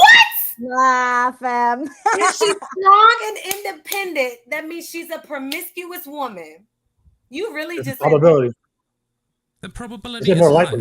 Nigga just said this on a live podcast, but that's okay. Wow. I gotta this take is this why to you my women don't Instagram understand live us because men. I want to know. That is a great question that I'm going to ask my following. I would like to know what the men think. If a woman is strong and independent, does that make her more likely to be a promiscuous woman? That's bullshit. In what sense? Because like I said, you men have put us in positions to where we have to be the alpha in every aspect of life. No, we We did not. don't have a choice. So just You because I wouldn't pay put- my own no. bills, I take care of Okay. my kids, I work, I do this, that doesn't make me a whore. I will answer that question to you. Men didn't put you in that spot. You women put yourselves in that spot by opening up the casual sex market. What? Every man can have Bullshit. sex without bringing value to the table. Wow. Wow. Wait, Let me married. tell you. Okay. Is this where, He's married. wait, Okay. is this where we need to remind them that women have sex with who they want to and men have sex with who they can? Yep. Like, is this Yeah, where we so- need to bring No, that? so you're exactly Y'all proving my point. choose to walk Women away from control the sex market. responsibility. Women control the sex market. Do you not? 100%. We do. Then you have opened the casual sex culture, which in turn makes men get access to sex without marriage or long-term commitment. What were marriages predicated on? Values, bringing security. Men You don't have to really do that think- anymore, do you they? You really think that Mm-hmm. prior to, say, 2000 and I'm going to bring it to the social media culture because I feel like social Yep. media really brought the casual sex like out and about. So let's bring it back to 2002 when Facebook came out. Yeah. You really think from 2002 prior that casual sex didn't happen? It just wasn't talked about? Facts. What's your point with that question? No, answer the question. Do you exactly answer the question? Answer the question. Okay. Casual sex has been a thing since women allowed men to have sex. But now we live in a culture where those body counts count. Yeah. And where you are judging a woman based on how many people she's had sex with. We've always judged women based on their body count. Men have always honored virginity. If you weren't married, because I have no idea how the fuck you're married. But if you weren't married and you're sitting on it, would you literally, and you're on a date, would you just be like, how many people have you had sex with? Is that like a conversation topic? Repeat your question. I couldn't hear you over. Well, because you were talking over me. That's why you couldn't hear me. No, Illest was saying something while you were asking the question. I couldn't hear you. Could you repeat it, please? I said, if you weren't married. Yes. And you were on a date, do you literally just say to a woman, how many people have you had sex with? I have made the statement multiple times. I can tell based on how agreeable you are, how strong and independent you are, that you are more likely to be a promiscuous woman than you are not. Okay. So I've never heard that in my life. You never know. Have you seen any aggressive virgin? Great question. We're gonna get. This is what Will wanted, right? You want the full enchilada. Sure. How many people do you think I've had sex with? Yeah. Based on how I look. I'm not on a date with you. It doesn't matter. Based on how I look, based on how I'm spoken, based on my opinion, how many people, and I will tell you my number. You tell me, I'm 40 years old, I've never been married, and I had sex for the first time when I was 18, almost 19 years old. How many people do you think I've had sex with? Okay, my answer was based on if we were dating and I'm attracted to you, I can tell. If I'm not choosing you to be my long-term partner, I would not care and I would not take that as a cue. Why would I care? If you are someone that I look as a potential long-term partner, I have to be attracted to. Not that I would ever go on a fucking date with you, but pretend that we are on a date and that you are attracted to me.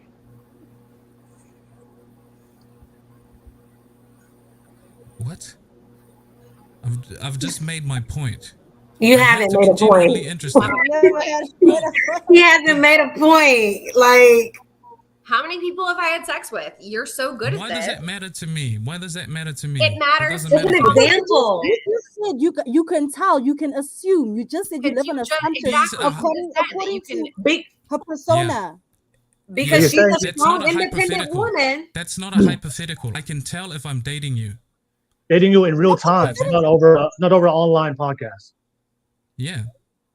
I'm not dating you. I'm not attracted to you, so I'm not looking for hints of your behavior. That's why I cannot answer that question. That's what I call cap. In what sense? You got to use the word. Yeah, did I use it right? This is the thing that you confuse yourself with the question that you ask, right? Because I'm telling you, it's not a hypothetical. It is. It is. I just think it's crazy because I feel like you are saying. So if a woman has 2 or 3 bodies at best, and let's say she's 35 and she's strong and she's independent and she's never been married, you're basically saying that that's impossible. No. Or highly unlikely. Highly unlikely. Even though because she's independent and because she's strong-minded, she can't have a low body count. Okay, tell me a woman that is like that. Me. I know a lot of women in my life. I know I'm like some women. I'm like, oh my god, like have you even lived life yet? Like it's unreal. Some women just don't fucking sleep around, and they're very successful and they're independent. Me! I don't understand. That's a crazy. I don't even understand who the fuck even came up with that concept. Let me break it down. Look, let me break it. Look, real quick. Let me break it down for you because I want to look. If I was dating Shannon, right, and she told me that the first time she had sex was 18, and she's you're 40 right now, right? Right. So that's 22 years. So based on that information, she's 22 years in the sexual marketplace. We live in a generation today where casual sex is the norm, where everybody's having sex. That's the norm, right? So as a man, if I had to make a judgment purely on that, and I have to take an assessment, like, should I pursue this woman that has been in the market for 22 years, and she tells me she has a low body count, but I know majority of women today, there are some women that don't do it. Shout out to them. But I know, because we all live in the real world, most women are having, and most men too, everybody's fucking. So just based on that information, I would say 18, 22 years in the sexual marketplace, she hasn't had a relationship, knowing everybody, that's the social norm in America, everybody's having sex. That's a good assessment for me. Like, she probably has a high body count. Is it true? I don't know. But from the information, I will make that judgment. I had a relationship longer than most people's marriages. My first boyfriend in college, I dated for 5 years. My second long-term boyfriend was almost 10 years. I've been single now for almost 4 years, and I've had sex with one person in that 4-year span that I was in an on and off relationship with for 2 years. So I think that's fucking bullshit. Again, I'm just saying that's the judgment. I'm just making a judgment based on the information that you gave. If I dated you, that's the information you gave me. If that's the judgment that women are getting, I'm so fucking glad I'm single, and I'm so fucking glad to stay single, because y'all put these expectations on women that y'all don't even uphold, and I just think that's crazy to me. Like, y'all put the same expectation on us, right? Men can be whores, but we have no expectation on you anymore because you've given us nothing to have an expectation for. Nothing. We got to respect you. We got to be your yes man. We got to bow down to you. We got to not have a high body count, or we have to prove to you that we're strong. We can't be independent. We got to be broke hoes. Like, this is crazy. It's crazy. There's a lot of cap. Then have a look. I'm trying to be a transgender in this life. Look at the women who are in successful relationships. I'm trying to be a man, and I'm trying to hold. Because at this point, being a bitch is the hottest thing ever. Ladies. Crazy. What do you define as a successful relationship, my friend? You just said. Please define for me the woman who's in a successful because people only show you what they want you to see. You're not in somebody's relationship. Right. You don't know what's going on behind the closed doors. You only see what they show the world. So please define for me, what is a woman in a successful relationship look like? Please tell me. Just because she stays doesn't mean it's successful. That's fact. So do you want to know what a woman is in a successful relationship? Or okay, you've asked me 2 questions. Do you want to know what a successful relationship is, or what a woman look like in a successful relationship? You asked 2 questions in one sentence. Both the same. A successful relationship is 2 people compromising an equal stance where they walk away with both having equal standing. That's what a successful relationship is. You're reading a successful family. A successful family is 2 people doing the best that they can be to be better people for their children, to mimic them as they grow older, and to build a foundation of values based on those values that they show to each other as couples. So you're going to be in an unhappy, unstable relationship for your kids. Are you just going to regurgitate what Wikipedia says, or are you actually going to give an opinion? Why is it so hard to believe that that is what a relationship is? All you've done all night is just regurgitate Wikipedia. That's literally all you've done. So you must read a lot of Wikipedia. Okay. You literally regurgitate definitions of what you would find on Wikipedia, and then you Google stats. And it's not real life. Like, that's not real life. Okay. Like, basically, you living those stats. You never gave us what you truly felt. This is what happens when you actually talk to a man who's got a fair idea of what his life is about. You then think, oh, this is not real. This person must be reading from a script. Stating facts about stats. So because my job requires me to talk about statistic, right? Yes, the but rate are of we not suicide supposed you mentioned to talk before. about you yourself? Sorry? Is that not what the podcast is about? You the podcast about not bringing out stats, because then we could have all done research and bring out the stats as well. I have to know the stats. In an assignment. I'm a father. I'm a husband. I'm a project manager in a predominantly male industry with a lot of statistics. Pacific Islanders also to add into the mix. I have to know the stats. I'm dealing with human beings on a day-to-day basis who are going through relationship issues like this, who are going through trauma, as you mentioned it before, who are vulnerable people. I have to know these things. And not only that, I have to have the experience in order to consult them in some meaningful way. Yeah, but then you came here with stats that you've researched, you've done Because it everything. We're proves the speaking point. according to what we've been through, what we feel without the stats. Never, okay, so never in this conversation have I invalidated how you feel. I'm just pointing out that what most of you are talking about is predominantly what the men that you really want aren't, and who aren't being as people and their characteristics. That's what I've been trying to do. The funny part about all of this is I said I wanted the guy that you assumed I was going to say I didn't want. That's the funny part about all of this. I never said anything against you, Shannon. Nothing at all. You just said that. What did I say? I'm proving the point against the guy. Like, I'm just talking to Illest and I'm directing my conversation to her, right? I'm not talking to you specifically. I am now, okay? I didn't say anything about what you or anything at all. I'm just replying to Illest and her point. So if you want me to talk to you now, okay, let's have a conversation. no, I'm good. All right, ladies and gentlemen. Let's get to the next topic because body count we have come to the conclusion of the podcast. Thank you so much for tuning in. We have some topics. We had a great discussion tonight. I'm going to go ahead and read up the last super chat. Shout out to Fatty, the super chat. Shannon broke her relationship literally because she lost respect for her ex. LOL. They can't even understand themselves. Thank you for sharing that super chat donation. But we have come to the end. Thank you so much for watching.